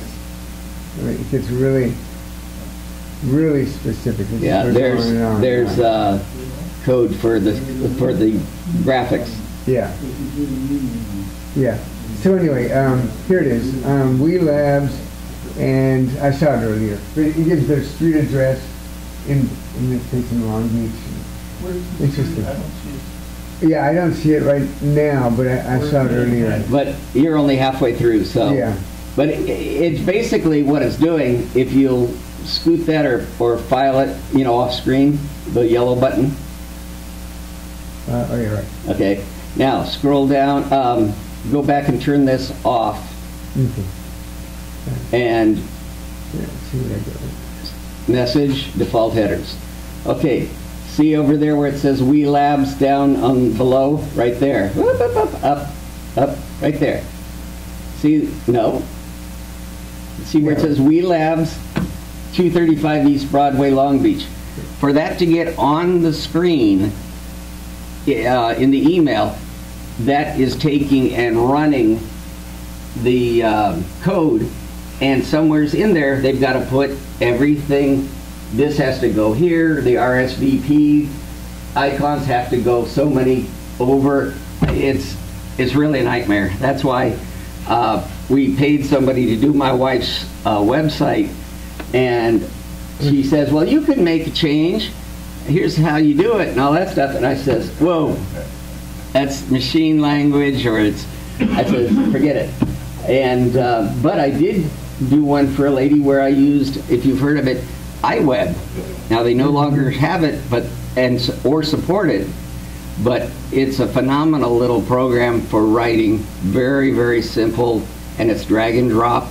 It writes all the code as you lay it out, and so you never have to deal with the code.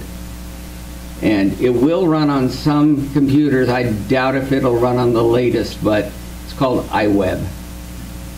And if you Google anything, it's going to give you results. So if you go in to Google, you punch iWeb, then you're going to be able to select from a lot of different things about iWeb. And usually third one down is something from Apple where people have commented, and you can go read the comments and see, if it'll work. But anyway, so he says it's We Labs. He showed the fact that it's coming from We Labs in Long Beach, but it goes to it's coming from a different address. It looks like We Labs on the screen, but the thing is, it really was sent out by the Meetup, a company called Meetup.com, and so you say, well, they don't really know. This might be from a list that the company has gotten, and so you just decide whether you want to get rid of it or not. But one thing to be sure of, if there's an attachment that looks like an icon of something you recognize, like a word processing document or an Excel spreadsheet, is very common for them to use, and you open it, you might be opening yourself to a problem. So just get rid of it. Don't bother telling the company or your ISP or anything. I used to do what Corky did, and I said, I haven't heard back from anybody. So I says, forget it. And then now it's even funny, Cox will block any emails going out of that nature. I was really stunned, but I've noticed that anytime I try and do that, I send a copy of an email to someone else that's a computer guy, it will block it. So Okay, go for it.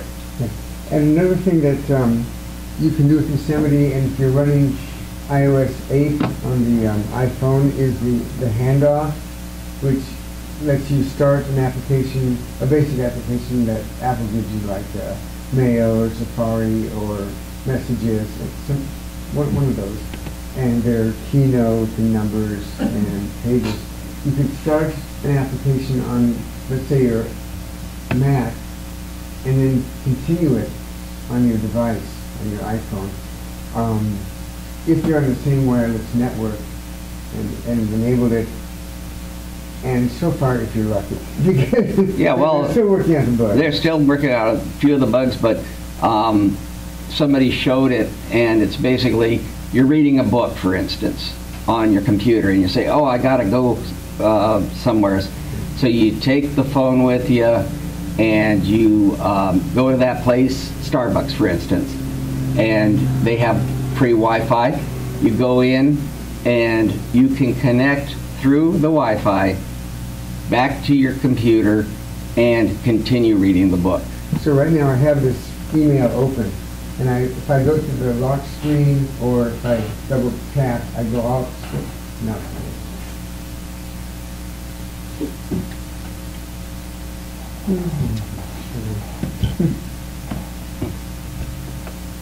Oh, by the way, those people who have, how many people have Apple TVs?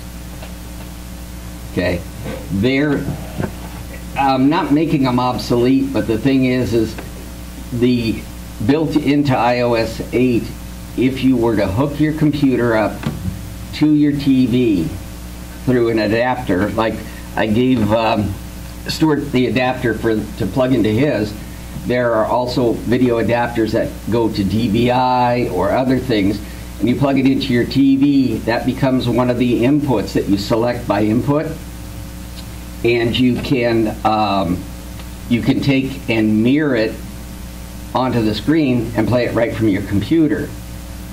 But you can do it wirelessly through the Apple TV, but the main thing is, if you don't have one, you can still use it now because I was going to give the person that owns this company, I was going to give him, and for thanking us for Christmas, last Christmas, I was going to give him a Apple TV so that we can connect to it. Well, Greg says, Steve, it's already been written into Yosemite to where I can take from my phone going through Yosemite and right up to the projector without being connected. The output of the computer will handle that. Anyway, go for it, Stuart. Right. Okay, now it shows up. This email that I'm looking at on the Mac, now if I'm on the iPhone itself and I just double tap it, that mail icon shows up here. Okay? And I just tap on it, and it not only opens up mail on the iPhone, but that exact email. Does it have to be an iPhone 6?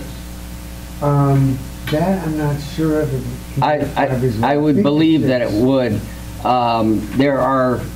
Apple always does this, and wouldn't you do it the same, if it was your company?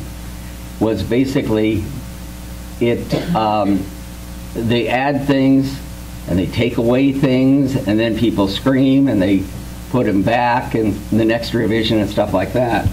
But I would think that what he was showing you is not dependent on the phone, but more of the operating system.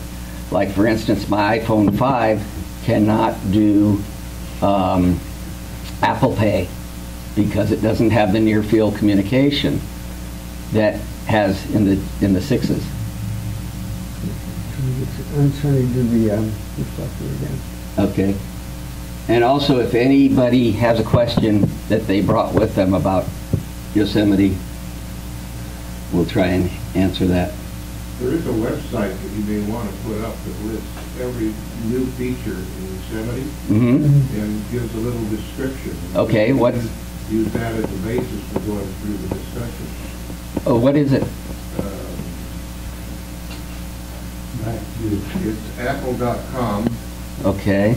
/OSX / the word all, ALL dash features. Okay, apple.com / OSX OSX Features. / all, ALL dash ALL / features. Here it is. Now that's a listing of all of the new features, and then there's a discussion of each feature below that. So you can pick out the feature that you want to talk about up there and go to it.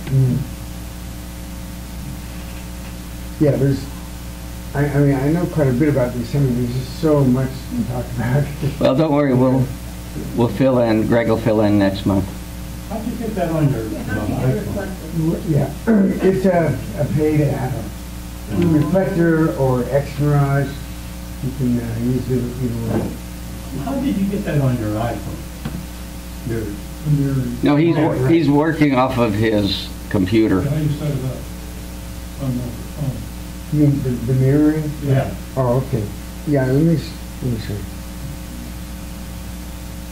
The way you do it, oh good, it works, is if in this case reflector is working, if it's running on your Mac, then that's all you have to do there. Reflector or X Mirage, and there's one more, I forgot, Air something. So you have to download that program? Yeah. Or is that already on the center? You have to download it. And what's the application? Reflector or X Mirage. I think it's not recalling how to get it separately. And some are free, some are not. You might also wait, because Greg talked about this a while back, and maybe you can find it on one of Stuart's videos. But the thing is I believe that there was a way to do it without reflector. You can do it with a sync cable to record it on the Mac. But I know what you're saying. Yeah. So anyway, but here's everything on this. The other thing is many times, if you go to pick one, like I'm at FaceTime right now, how to do everything on most everything. Sometimes also you can find a video from Apple that'll take you through a short instructional deal, and those are great. Let's see, do you have a cell phone? Yeah. He's going to call me on my cell phone number, and it's going to show up on the Mac as well as on the phone. And yeah. This is through reflector.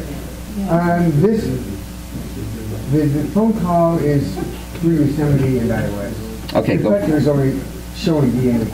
What's the phone number? It's 562-773. Wait. Oh, shoot. I tell you, man, okay. 5, 6. This is one problem that I've got that's driving me nuts. 62. Go ahead. 773. 3. 3426. Okay. What happens is, I was typing and my hands are a little shaky right now, and what happens is I put in 5.2 and I wanted to backspace over it.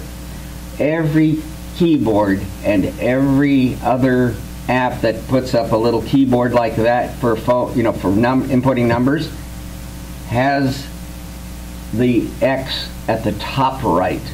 Well, everything else is at the bottom right. And is there enough room? Sure. It's like, people like things that are repetitive. They don't change the way they do things.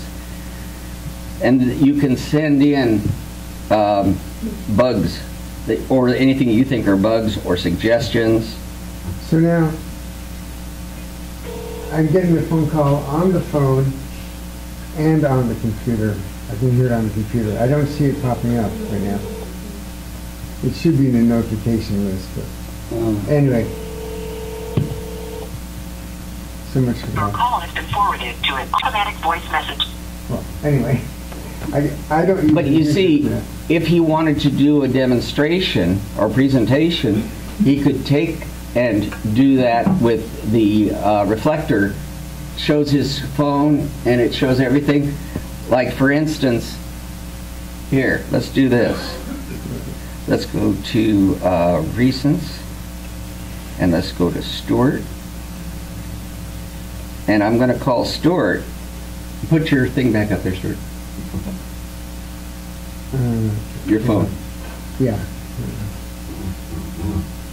Let me just get it going here. Okay.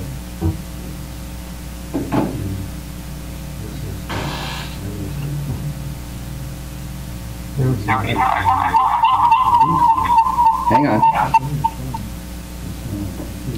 Okay, we were getting feedback. It's not showing up right now.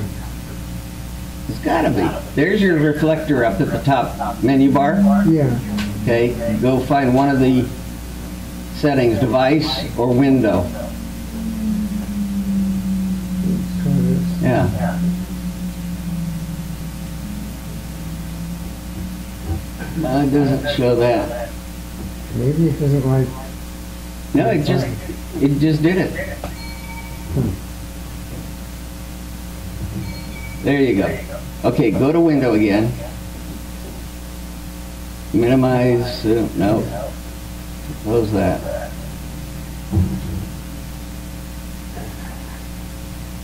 Okay. Now, Okay, go. let's try it again. Let's try again. Oh, you know what? I have notifications off. Okay. That's the problem. I'll turn it back on. We're getting there, folks. Okay. Click the right one. FaceTime. Okay. Okay. I'm going to call you again.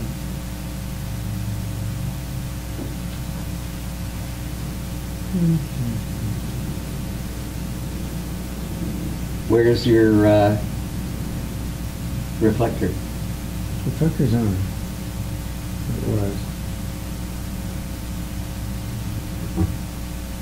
Let me just start over again. Anybody got any other questions not pertaining to what we're trying to do?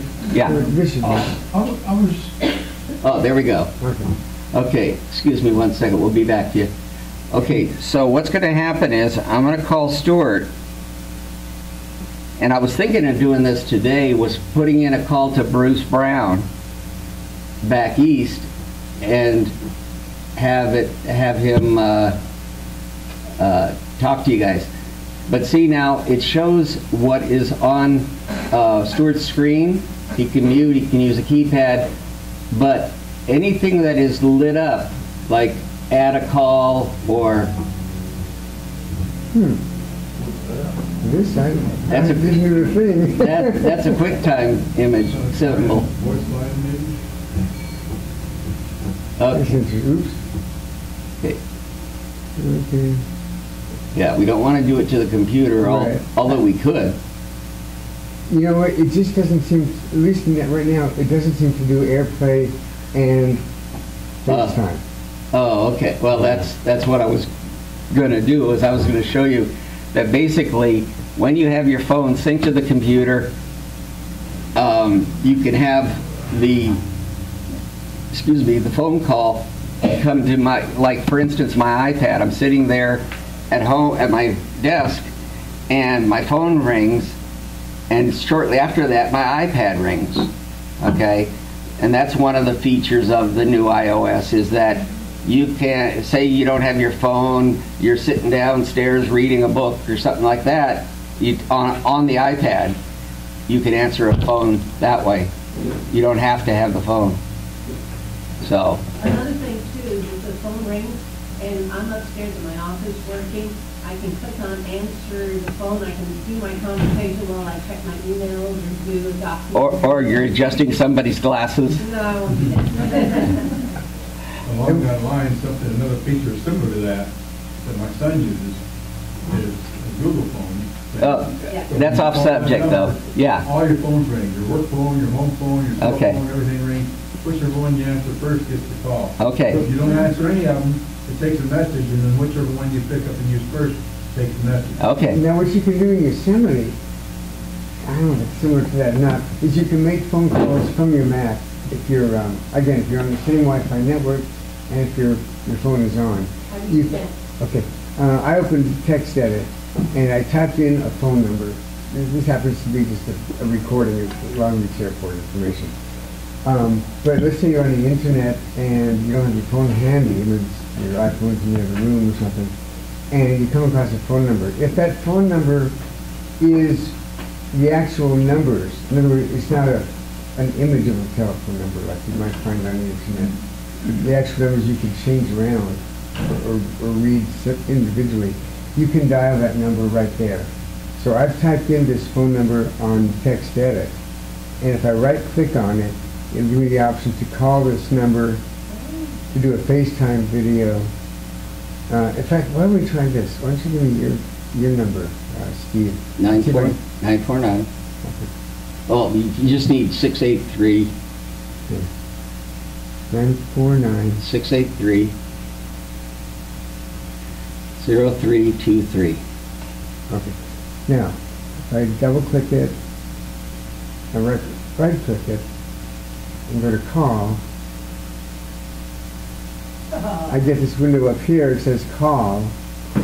I click it, and your phone should ring. Call failed. Oh, call failed, well. Sorry. But the one thing, as he mentioned, you can't take a, like you do a screen capture, Command-Shift-4, and you draw a little box around the phone number. It won't take that. It has to be digital. So say, for instance, there's a phone number on somebody's Google listing. You put that in. There we go. And do it that way. There we go. Nothing. Hello.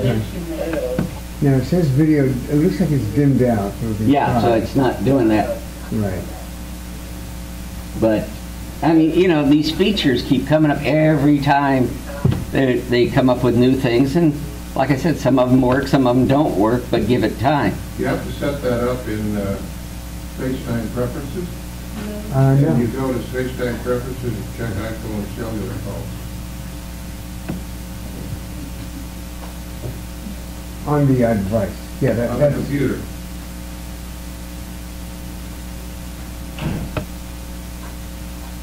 On the iCloud, you mean? No. Go to just open FaceTime. Open FaceTime. Oh, okay. To the left. Yeah.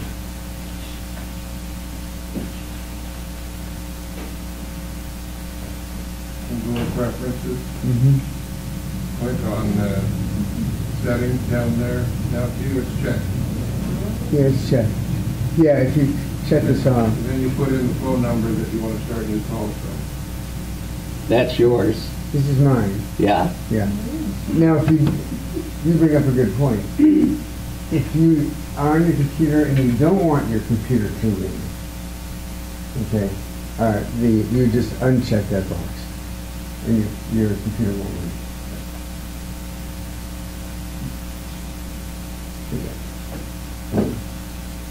Okay. There's so much. Okay.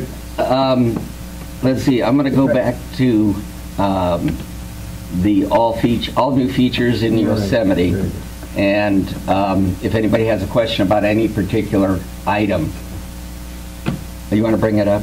Let me tell you two things that irritate me about Yosemite. Number one's a little one. In the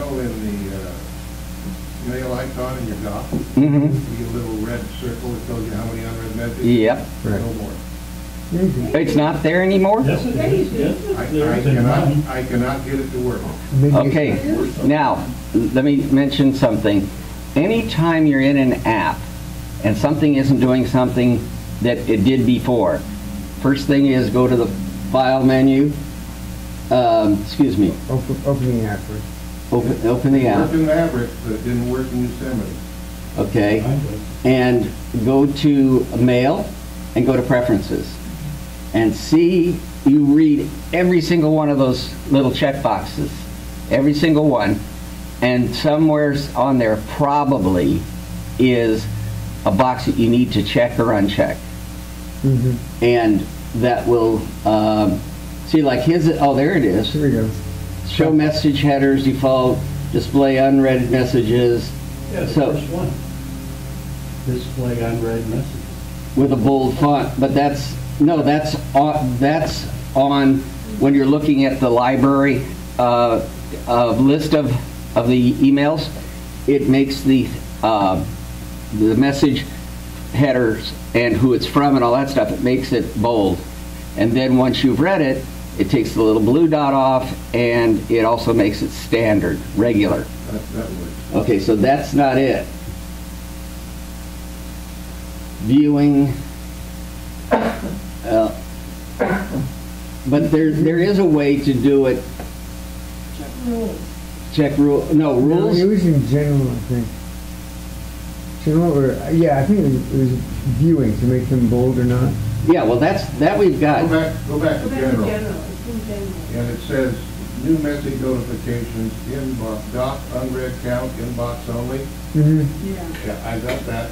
Oh. Still doesn't work. What? Yeah, the app has to be What were running. your choices on that one? New message notifications, on it. So, yeah. Try that. New message notification. Got it set all up. Got that. Yeah. Yeah. But in the app, and Mail is running in the background. Let me tell you the second problem. Okay. with photography.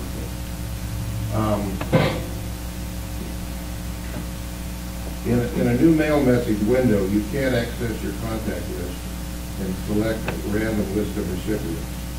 There was an icon you could add from the customized toolbar and add to the top of the menu bar of the new message window that is no longer available.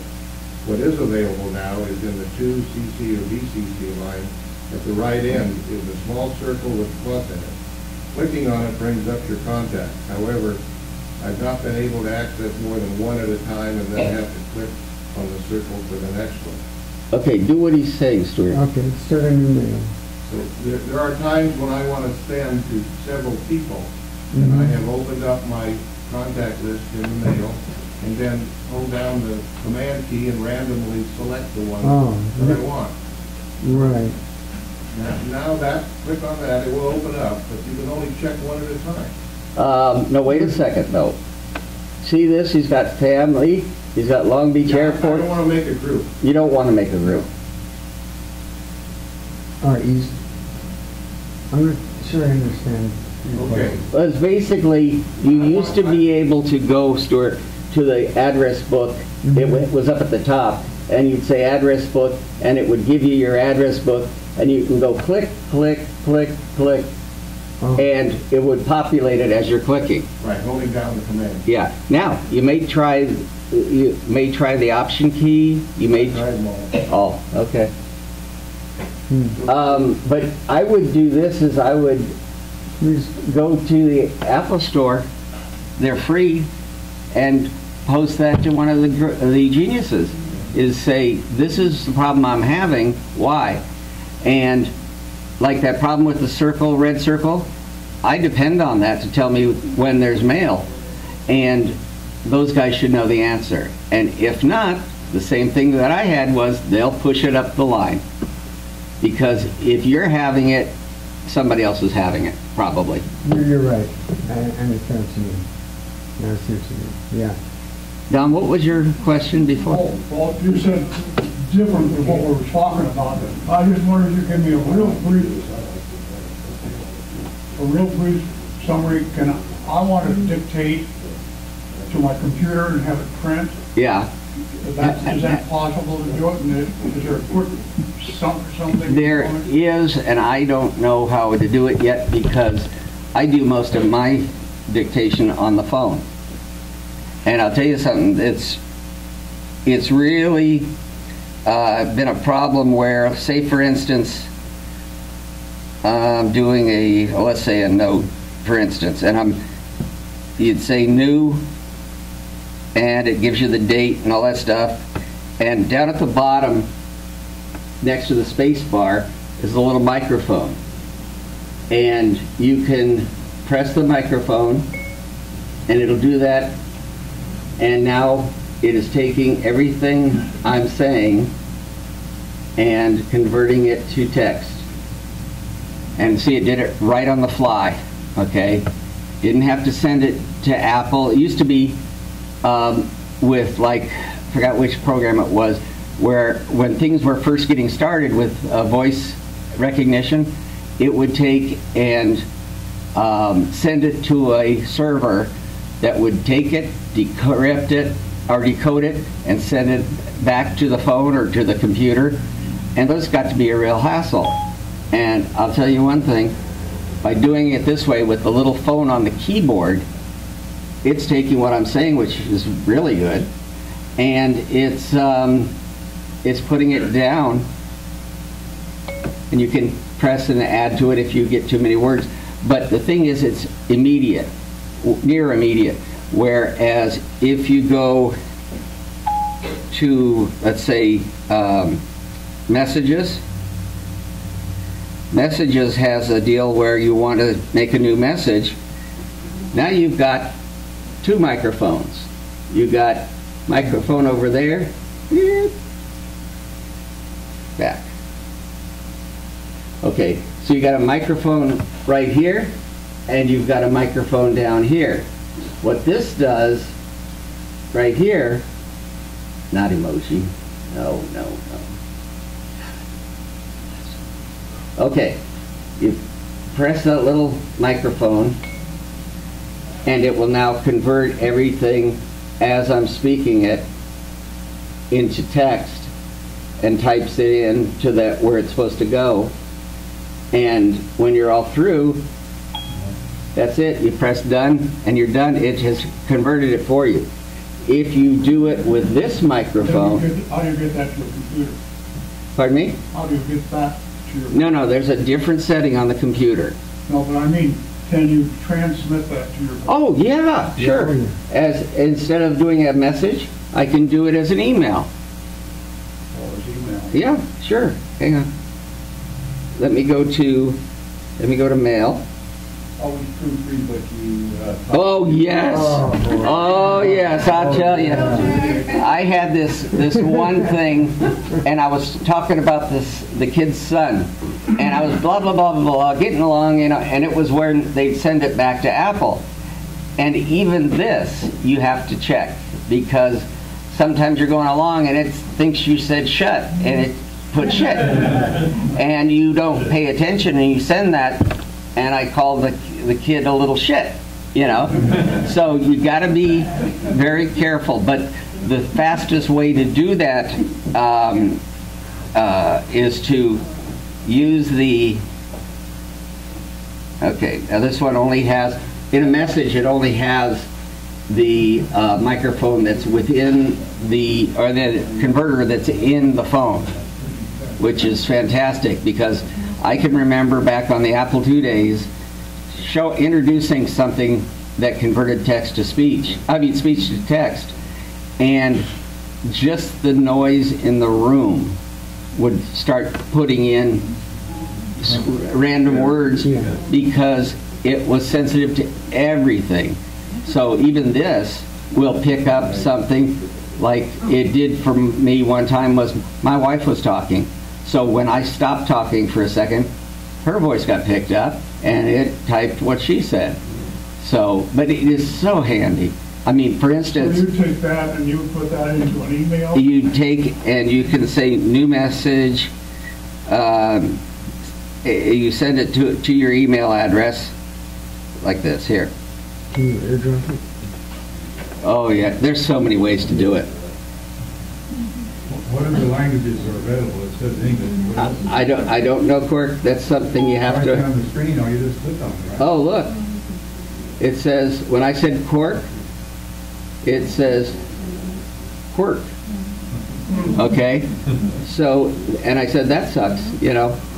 But the thing is, all I've got to do then is give it an address, and subject and send it as an email, and then from there, and you can sit on the couch, have your phone here, and you're dictating a book, and then send them as messages along, and then you send them as an email, and you copy them back to Word or something like that. Just the same copy paste.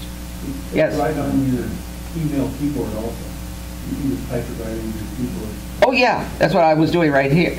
Right into your email directly. Yeah, type it or say it right in. Yeah, that's what I was just demonstrating. Was you go to the microphone next to the space bar, which is a little itty bitty space bar, and now it's going to do the same thing. It's going to type it in. Yeah. So these features are phenomenal because you have to speak your punctuation. Yes, that's the one thing I saw my son do. But my use of that is really handy because usually I have an earphone, a headset, and it's Bluetooth. It connects to the phone, and I'll be driving along. Oh, call Greg Locke mobile. It calls Greg Locke. I can do that. But if I want to send a message, I'd say send message to Greg Locke, and it would say, what do you want the message to say? And then I would dictate it. It reads it back to me automatically. I haven't touched the phone. So I get away with the driving law, with the head holding the phone. And you take and you just dictate it in. It reads it back, says, would you like me to send it now? And you say no if you screwed up and start over. But if you say yes, it will send it as a text message to their phone. Is that in messages? In messages? Yeah. Read it back to you? Yeah. Unfortunately, I can't get this loud enough for you, I don't think. Let's see. Let's see what we're going to do here. Okay, so we'll go to messages. Okay, and cancel that. And we're going to say Greg Locke.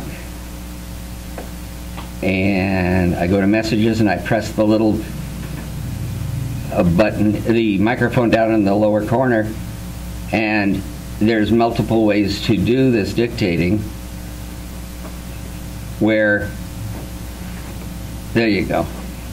It's recording my voice and it sends it not as a text message but as a voice. So when I let go, you press the arrow send, and now Greg's going to get a text saying what I said. I'm talking to him by voice in the message. That little blue line at the bottom there, it shows you the waveform and everything, and that's another way to do it. So, both ways. When you're on here, it'll show up on. Will it? Yeah. Okay. So, if I press this, well, there's another thing too. See those letters, the dark gray?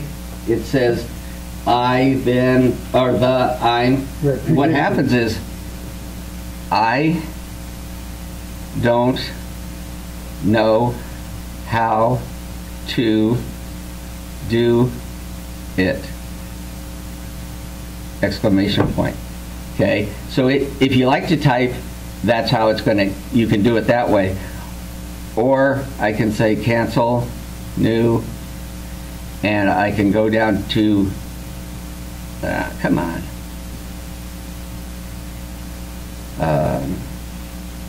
Is that an app you've downloaded, or is that on the phone? It's part of the message system. See, he's got all these other messages and stuff, and so I'm clicking a little pencil and paper up here, and then you click into the box down here where you're going to type your message, and it says, oh, where'd it go? Hang on. Oh, I'll use this microphone down here. Then I'll type this in by voice. And then I will say send. See, and it said sent.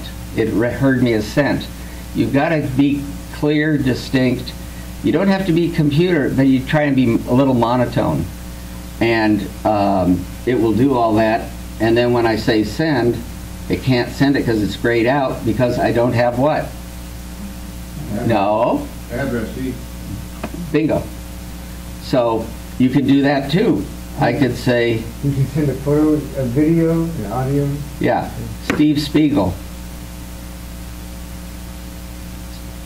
Oh, He's not in your address book, probably. no.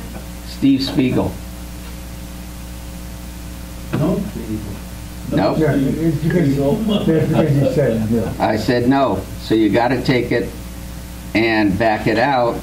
This is one thing I wish we had arrow buttons to back things up. Yeah. So that now we say send there. And it's sending it to me. So these things, people say, well, I don't want an iPhone, I want to use my flip phone. What? Sideways, and the iPhone 6 Plus, and you get arrow keys. You get which? Arrow keys. See? Oh, Oh, right. oh yeah, up there. Yeah. Right and left. Not four-way, but right and left, which is what you need. Yeah. Because that way, by doing it that way, you don't have to press and wait for it to recognize, draw a magnifying glass, and go position it, because sometimes Right. when I position it with my finger, it shows me it's there, but the minute I take my finger off, it has gotten a little bit more of my finger, and it puts it one space farther than I wanted. So, Right. okay. Isn't that cool? It really is. Oh, and as long as this is running, AirDrop. Oh, what about showing, do you have any videos on your phone? Let's see here. This is cool too. If you have the computer set up, or you have an iPhone that is basically has videos on it, and I don't know that I can do it in this because I've got the older system, the older operating system on the computer, but Oh, yeah, it's working. yeah, This is from Phantom of the Opera. my favorite. Yeah. That looks like somebody was there in the audience doing that. Oh, that's Harold. That's my email. Let's see if it works. It may be pixelated. And I don't have the audio here. Will that reach? I think it's on the other side.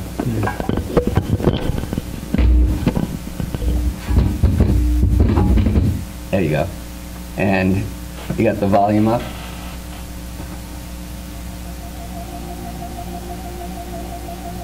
Okay, so this was taken in the theater.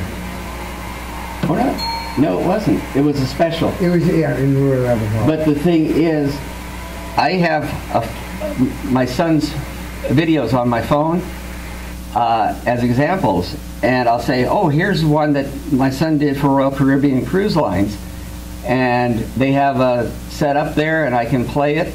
I can play it on the phone, but if they have a setup, I can access their MacBook or the Apple TV, play it right from here, and they can see it on the big screen. So. And you can, if you have the sync cable for the iPhone, you can. Now, when you're saying sync cable, the charging cable. I'm sorry, yeah, charging cable. Right. And you can, and once they're connected with a cable, in other words, not wirelessly, then you can use QuickTime on the computer to record what you're doing on the iPhone, which comes in very handy if you're helping people out, or if you're a developer and you want to. Now, the day that will be my favorite is the day. Remember, I was saying that we could go online and help you remotely. The day they do it on the phone is going to be my day, because I'm waiting to get the 6 Plus, and that gives a big enough screen that I can see and I could read.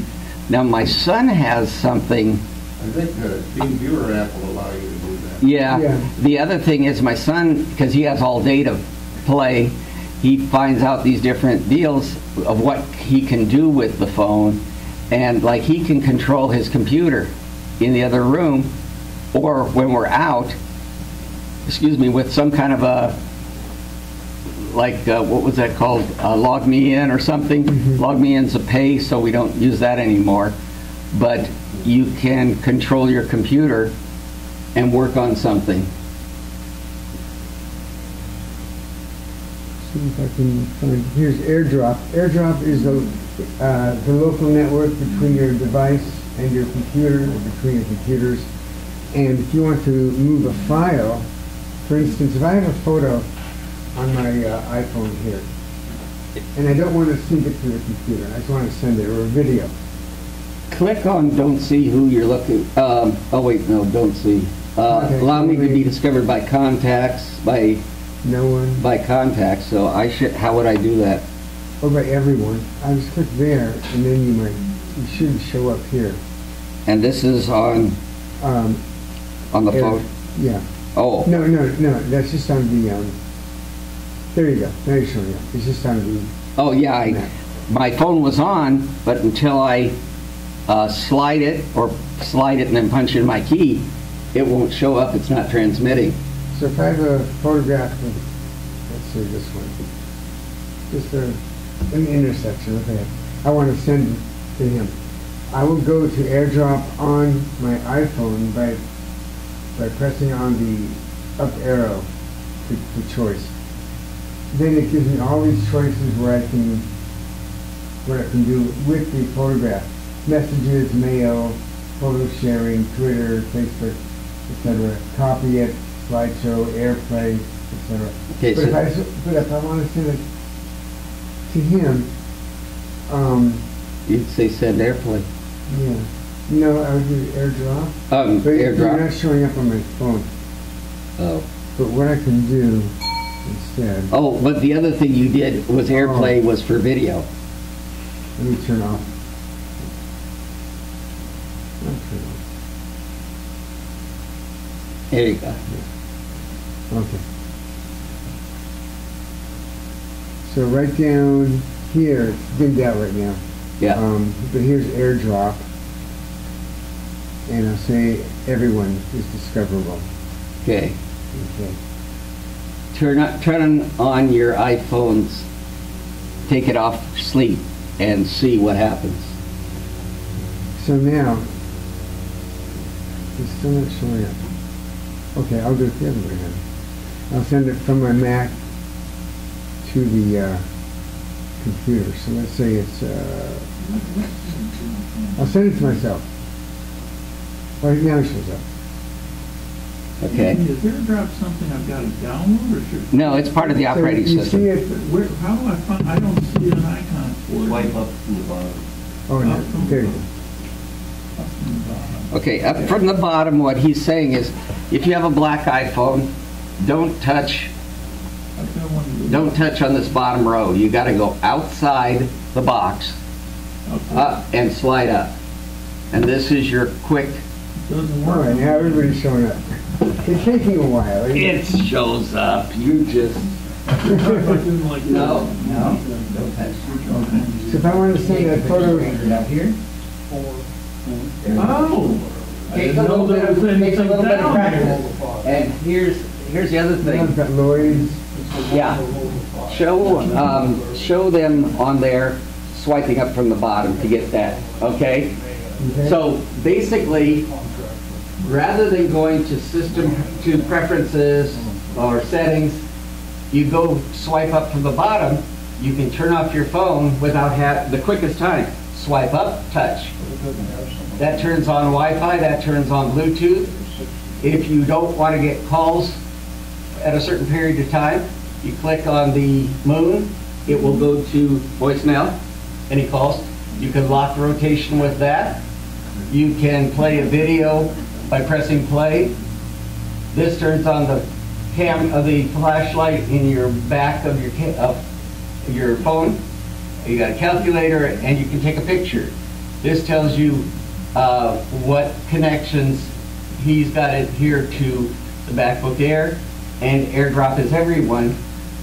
So basically, if he had a video, I mean, not a video, a picture. Or video too, for that matter. Huh? You can send anything.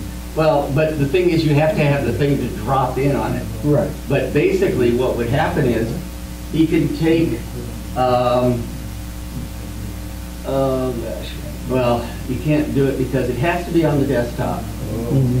So. And I'm using my own MiFi right now, so it's a kind of a weak network. Yeah. So anyway, now here's the other thing though that many people don't know. Go to search. On the phone? Oh yeah. Yeah. If you pull down from the center of the screen, you get, that's where the search is now. Right. Yeah. And the thing is I always did, I have to try, you know, you mentioned this, but my son says, oh Dad, just put your finger here between, so you're on the desktop, but you're not on an icon, and just pull down and you'll get that. Right. And say for instance, I'm looking, and I've got over 100 apps in here, and I'm looking for a certain particular app. So I punch it in, its name in, and it will give me anything, either a file, an app, a person, you know, in your contacts. It'll get all that stuff, and then you touch it, and it'll do whatever you wanted it to do. So that's another feature that is been moved. I forgot where you notifications. You swipe down for notifications. Swipe down, it'll give you all your appointments. Yeah. And whatever. Right. That's swiping down from the top, Right. not from the middle. Yes. Little thing I just discovered the other day, maybe everybody knows about it, but if you have the 6, there's a 6 Plus. If you just lightly tap the home button a couple times, it drops the screen down. So you don't have to reach so far. Yeah, there you go. Drops the screen down so you don't have to reach so far to the top. Yeah, just 2 light taps. Learn something new every day. And the day you didn't learn something new, you was a day wasted. Okay, any last minute? On the same with the stocks here, they basically give the, you know, like the Dow and the Nasdaq and so forth. Yeah, and don't think that you can click on your stock and go like this to make the price go. Can you set this up to show specific stocks? Yes. How do you do that? Okay, go to stocks.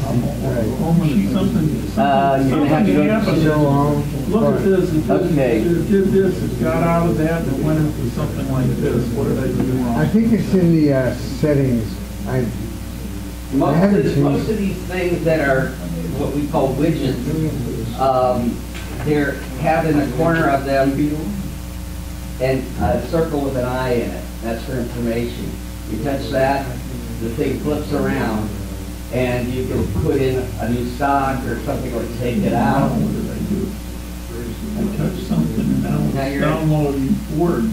Well, it just went to Ford. Stuart? Why? You're showing who is connected via AirDrop on Right. the computer screen, right? Right. Right. Can you see that same listing on the phone? Yes. Basically what you're seeing, this is the computer, that's his phone.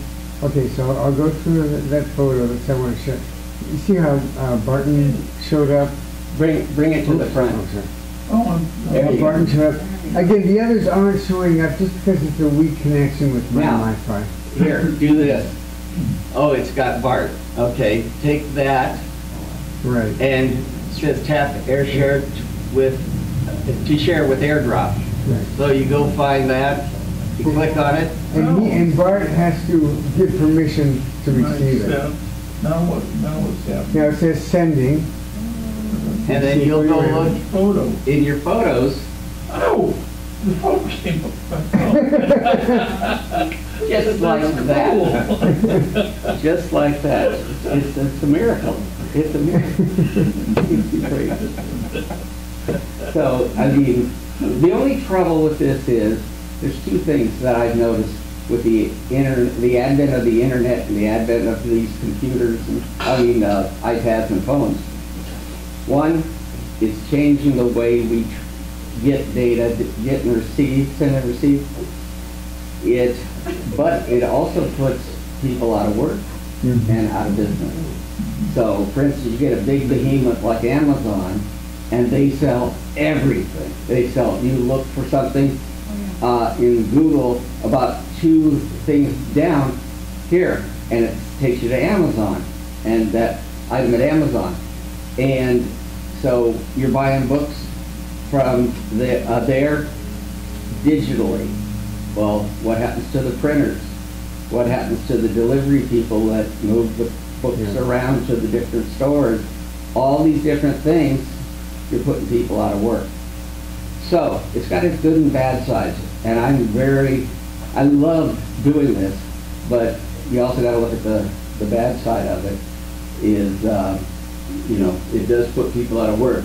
The other thing, last night we went to dinner, and my wife always gets mad when I take out the phone when we're out with friends or dinner, but I hear something, somebody says something, and I don't know what that is, so I'll go to Google and I'll look it up. And she gets really fuming.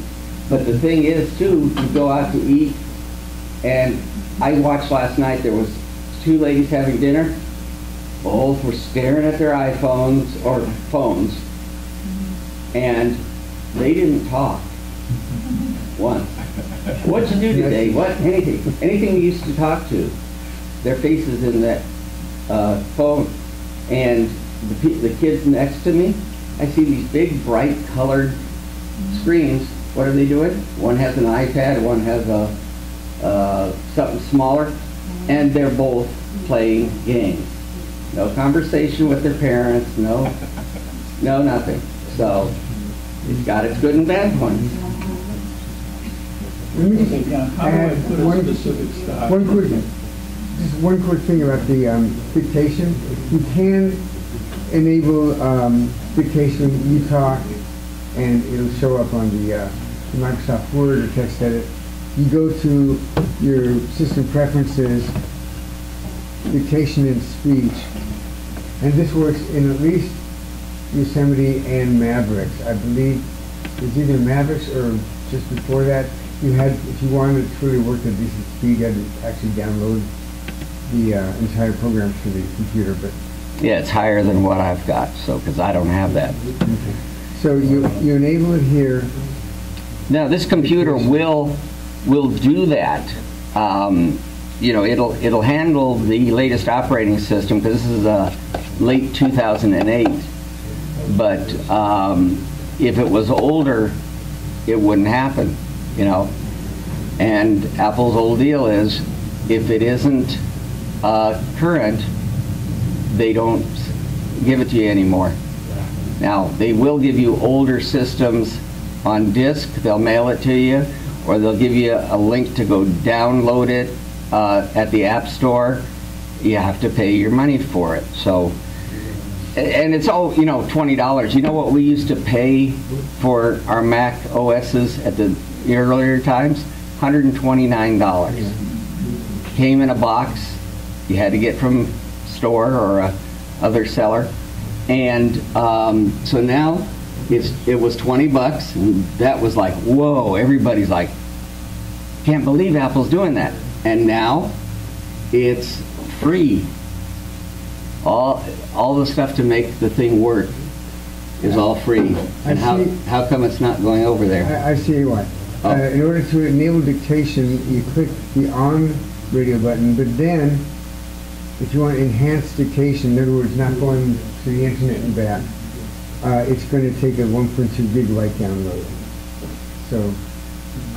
Oh, about 36 minutes? Oh, God. Yeah, so that's not bothering. Yeah, but the thing is, what it's doing is it's downloading the app from Apple to make it to where it's doing like the phone did when I was doing a little short dictation for a message.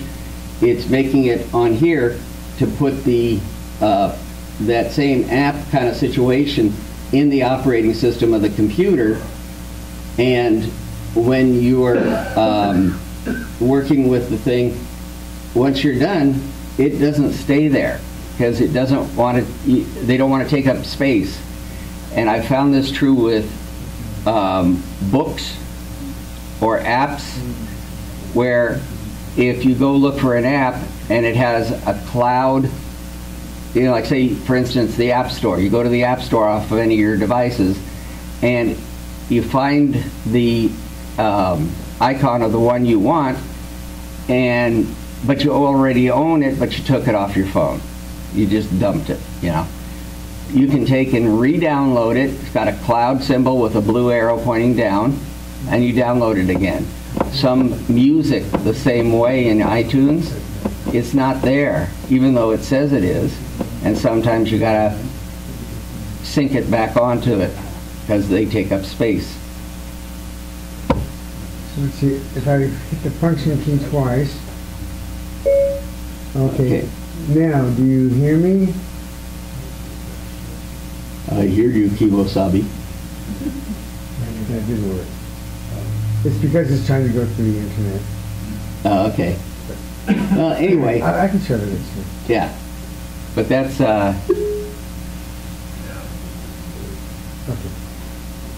okay. You know, there's certain things that Russell has turned off on here that don't allow you to do those. Well, I'm going through my own. No, he's going through his own, what was it called? My phone. It's a Verizon hotspot. Oh. It's in my pocket right now. Yeah. So he can be connected wherever he is, including the bathroom. And then, yeah, I have it. My wife always says, aren't you done yet? I'm on the phone. Well, I have one of those old AT&T unlimited plans, and the only reason that I'm not converting this to a hotspot itself, much more convenient, is because I'll lose my unlimited data. And I'll tell you something, I had the unlimited plan from the beginning, 2007. And it was great, but then my son analyzed our time usage, and we actually, over the months, never have broken 5 gigabytes, really? Maximum, 6 gigabytes. And we have a plan now that, and I don't know if they offer it anymore, but it's basically, you have 4 phones on a shared plan, and you get unlimited talk, unlimited text. Data usage is limited to 10 gigabytes, and you can buy more in increments of something. And but the thing is for 4 of us, we don't use more than 5. And my son streams videos. Yeah, and so we haven't. So I did give up my deal. I held on to it for as long as I could, but it also took my costs from $295 to $195. Yeah. So what phone company is that was AT&T. Now, would an iPhone acting as a hotspot be just the same? Would be the same download and upload speeds as a? I believe so. You'd have to check. Greg might know, because. Or my son might know. Yes, Bart. That brings up one other question on my list, that no one seems to be able to give me a straight answer. When I was buying the phone, no one could. When I talked to Apple, no one there could give me a straight answer. Okay, let's give it a shot. I bought the minimum plan, 500 megabytes a month, because I don't plan to be out there on the web doing all the stuff like this. You will eventually, buddy. They tell me when you're out and about and you want to understand something, you Google it.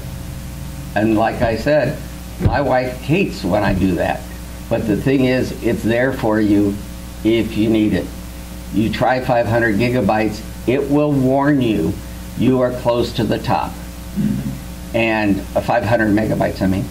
How much is it really in terms of operating time, or what can I do with 500 gigabytes? What can I do 500 megabytes. I didn't mean gigabytes, I mean 500 megabytes or gigabyte? What does it, how much bandwidth does it really take to do things? I can't tell you on that. It's just basically, like I said, 4 of us with all the things we do. You know, you get your bill and it's going to be detailed. You're the only one on their plan? Only one who has the data. At the phone, okay. But the thing is you know, usually you share it. So in the past we used to share minutes and all that stuff. Well, then they changed the way they did. They're always changing the game, let's say. And so what happens is we decided we'd go to that, and the lowest that I could possibly get was 10 gigabytes. I don't remember if there was a 500 megabyte, but you try it you just got it. Try it. Look at your bill next month. If you go over, what is the typical? They tack on $15. For an extra 2 or 5. Yeah, something. Yeah. Just go. Who do you have, Martin? I have Verizon. Okay, so go to the Verizon's website and look for prices, you know, for plans. Because the plan, it was for the 500 megabytes, it was 20 a month, and if I want to go to a gigabyte, it was 40 a month. So that sounds like. Yeah. So it's really, you know, up to your choosing. And the main thing was my wife and I were sitting in our office, which we share, and it's built over the living room. And she one day says, "How much are we paying for phones?" And I said, $300 a month. She said, "What?" And I mean, she was totally surprised. And so she was so happy, and so was I, that when I said,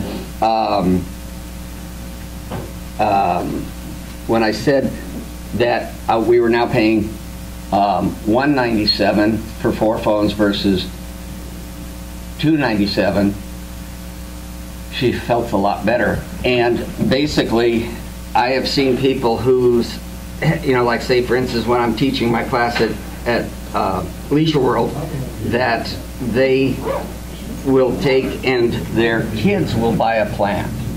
When I say kids, and you know, their offspring. But the thing is they keep that on the plan so that they can get the most for their money. You know, hey, grandma's glad she's got an iPhone that she can do this, that, and the other thing with, and all it's doing is eating a little bit off. And now that they have unlimited, does yours have unlimited talk? Unlimited talk. Yeah. Here's something else too. I'm still not clear as to what activities use the 500 megabytes versus what activities do not keep that up. From what I understand, your messages, use it. Your internet access, use it, and I think there's 1 or 2 other things. The other thing you can do is Google, and this is the big thing about Google. You've got to think like a computer. If I want an answer from a computer, I got to talk its so-called language. You think a thought, you have a question. What is your question? The question is, what are the things that are eating up my... Okay, so you'd say, Google, how can I use my data plan? And it'll start populating it already. And it will give you places you can click that will tell you an answer. Or you just call, or you go into the store and you say... I've tried going into the store and talking to them. They don't know? They give you mumble jumble. They give you mumble jumble. They They never know, it's conflicting. When I went to Delaware to buy and bought the phone, Right. They told me that they were selling me Apple Care now, and I said, now, this is Apple Care through Apple. Yeah, it's $100, flat forever and ever. I get back, and I had a question. The first night I got back, Monday night I was home, I had a question, so I called up Apple. And I'm sitting there waiting for someone to answer, which, by the way, I gave up because the wait was too long. And it goes through the automated stuff, and it asked me to put in what the code number for the phone, so it knew who I was and everything. All of a sudden, it's giving me a commercial trying to sell me Apple Care, which rings a bell where if I just bought Apple Care, why in the world doesn't Apple know about it? Well, the next day I went over to Verizon. Not to Verizon, I went over to Apple, to the Apple store, and I asked them about it, and what had happened was what Verizon did was they sold me an insurance policy. The girl called it Apple Care, so I called up Verizon immediately, canceled the insurance company, and bought the Apple Care. Let me tell you one thing. And it's not to put down any of the plans, because I used to have Verizon when it went from Pac Bell to Air Touch and all these other companies. Buy your product from the manufacturer. Where is the manufacturer? It's at the Apple store. Okay. The old deal is, why would a person put a store up? Because they want to make money. So the thing is, they want to handle you. They want to sell. They want to give you something that you're going to have a good experience with. That was Steve Jobs' main thing, is I want them to have a good experience. And I always, like when I went into Best Buy, I didn't take any Apple Care.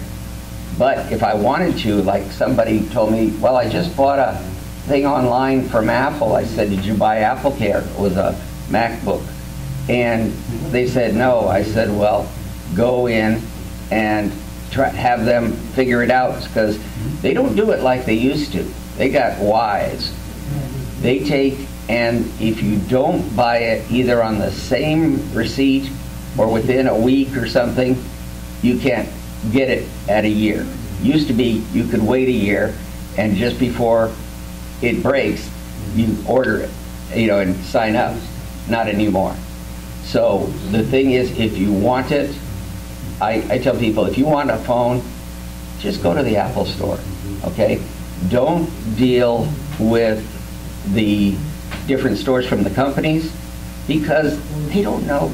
The thing was, and the other thing, I already was a Verizon subscriber, so I had to go there because they give you, the credits from anything. Oh, by the way, one other thing. Well, wait. It turned out Verizon, it wasn't the $100 for the thing flat.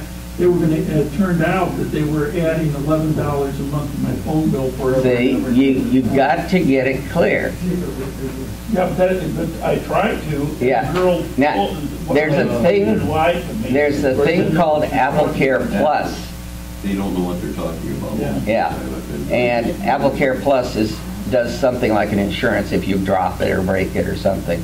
Well, something else that happens, if you go to a kiosk in a mall, you might not even be talking to a regular. You're talking to a dealer. A franchise, and they'll rob you blind.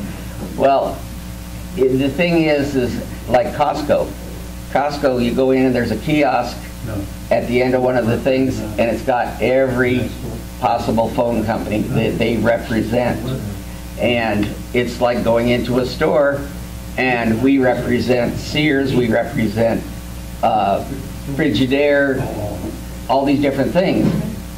But the only place that knows anything is the Apple Store, the manufacturer of the product. And I've had people get talked into stuff. I had one lady, excuse me, and then we got to go pretty soon. I had one lady over at Leisure World where she got her wireless, her Wi-Fi from Verizon. and they sold her this thing you need, and they sold her phones through Verizon for the house.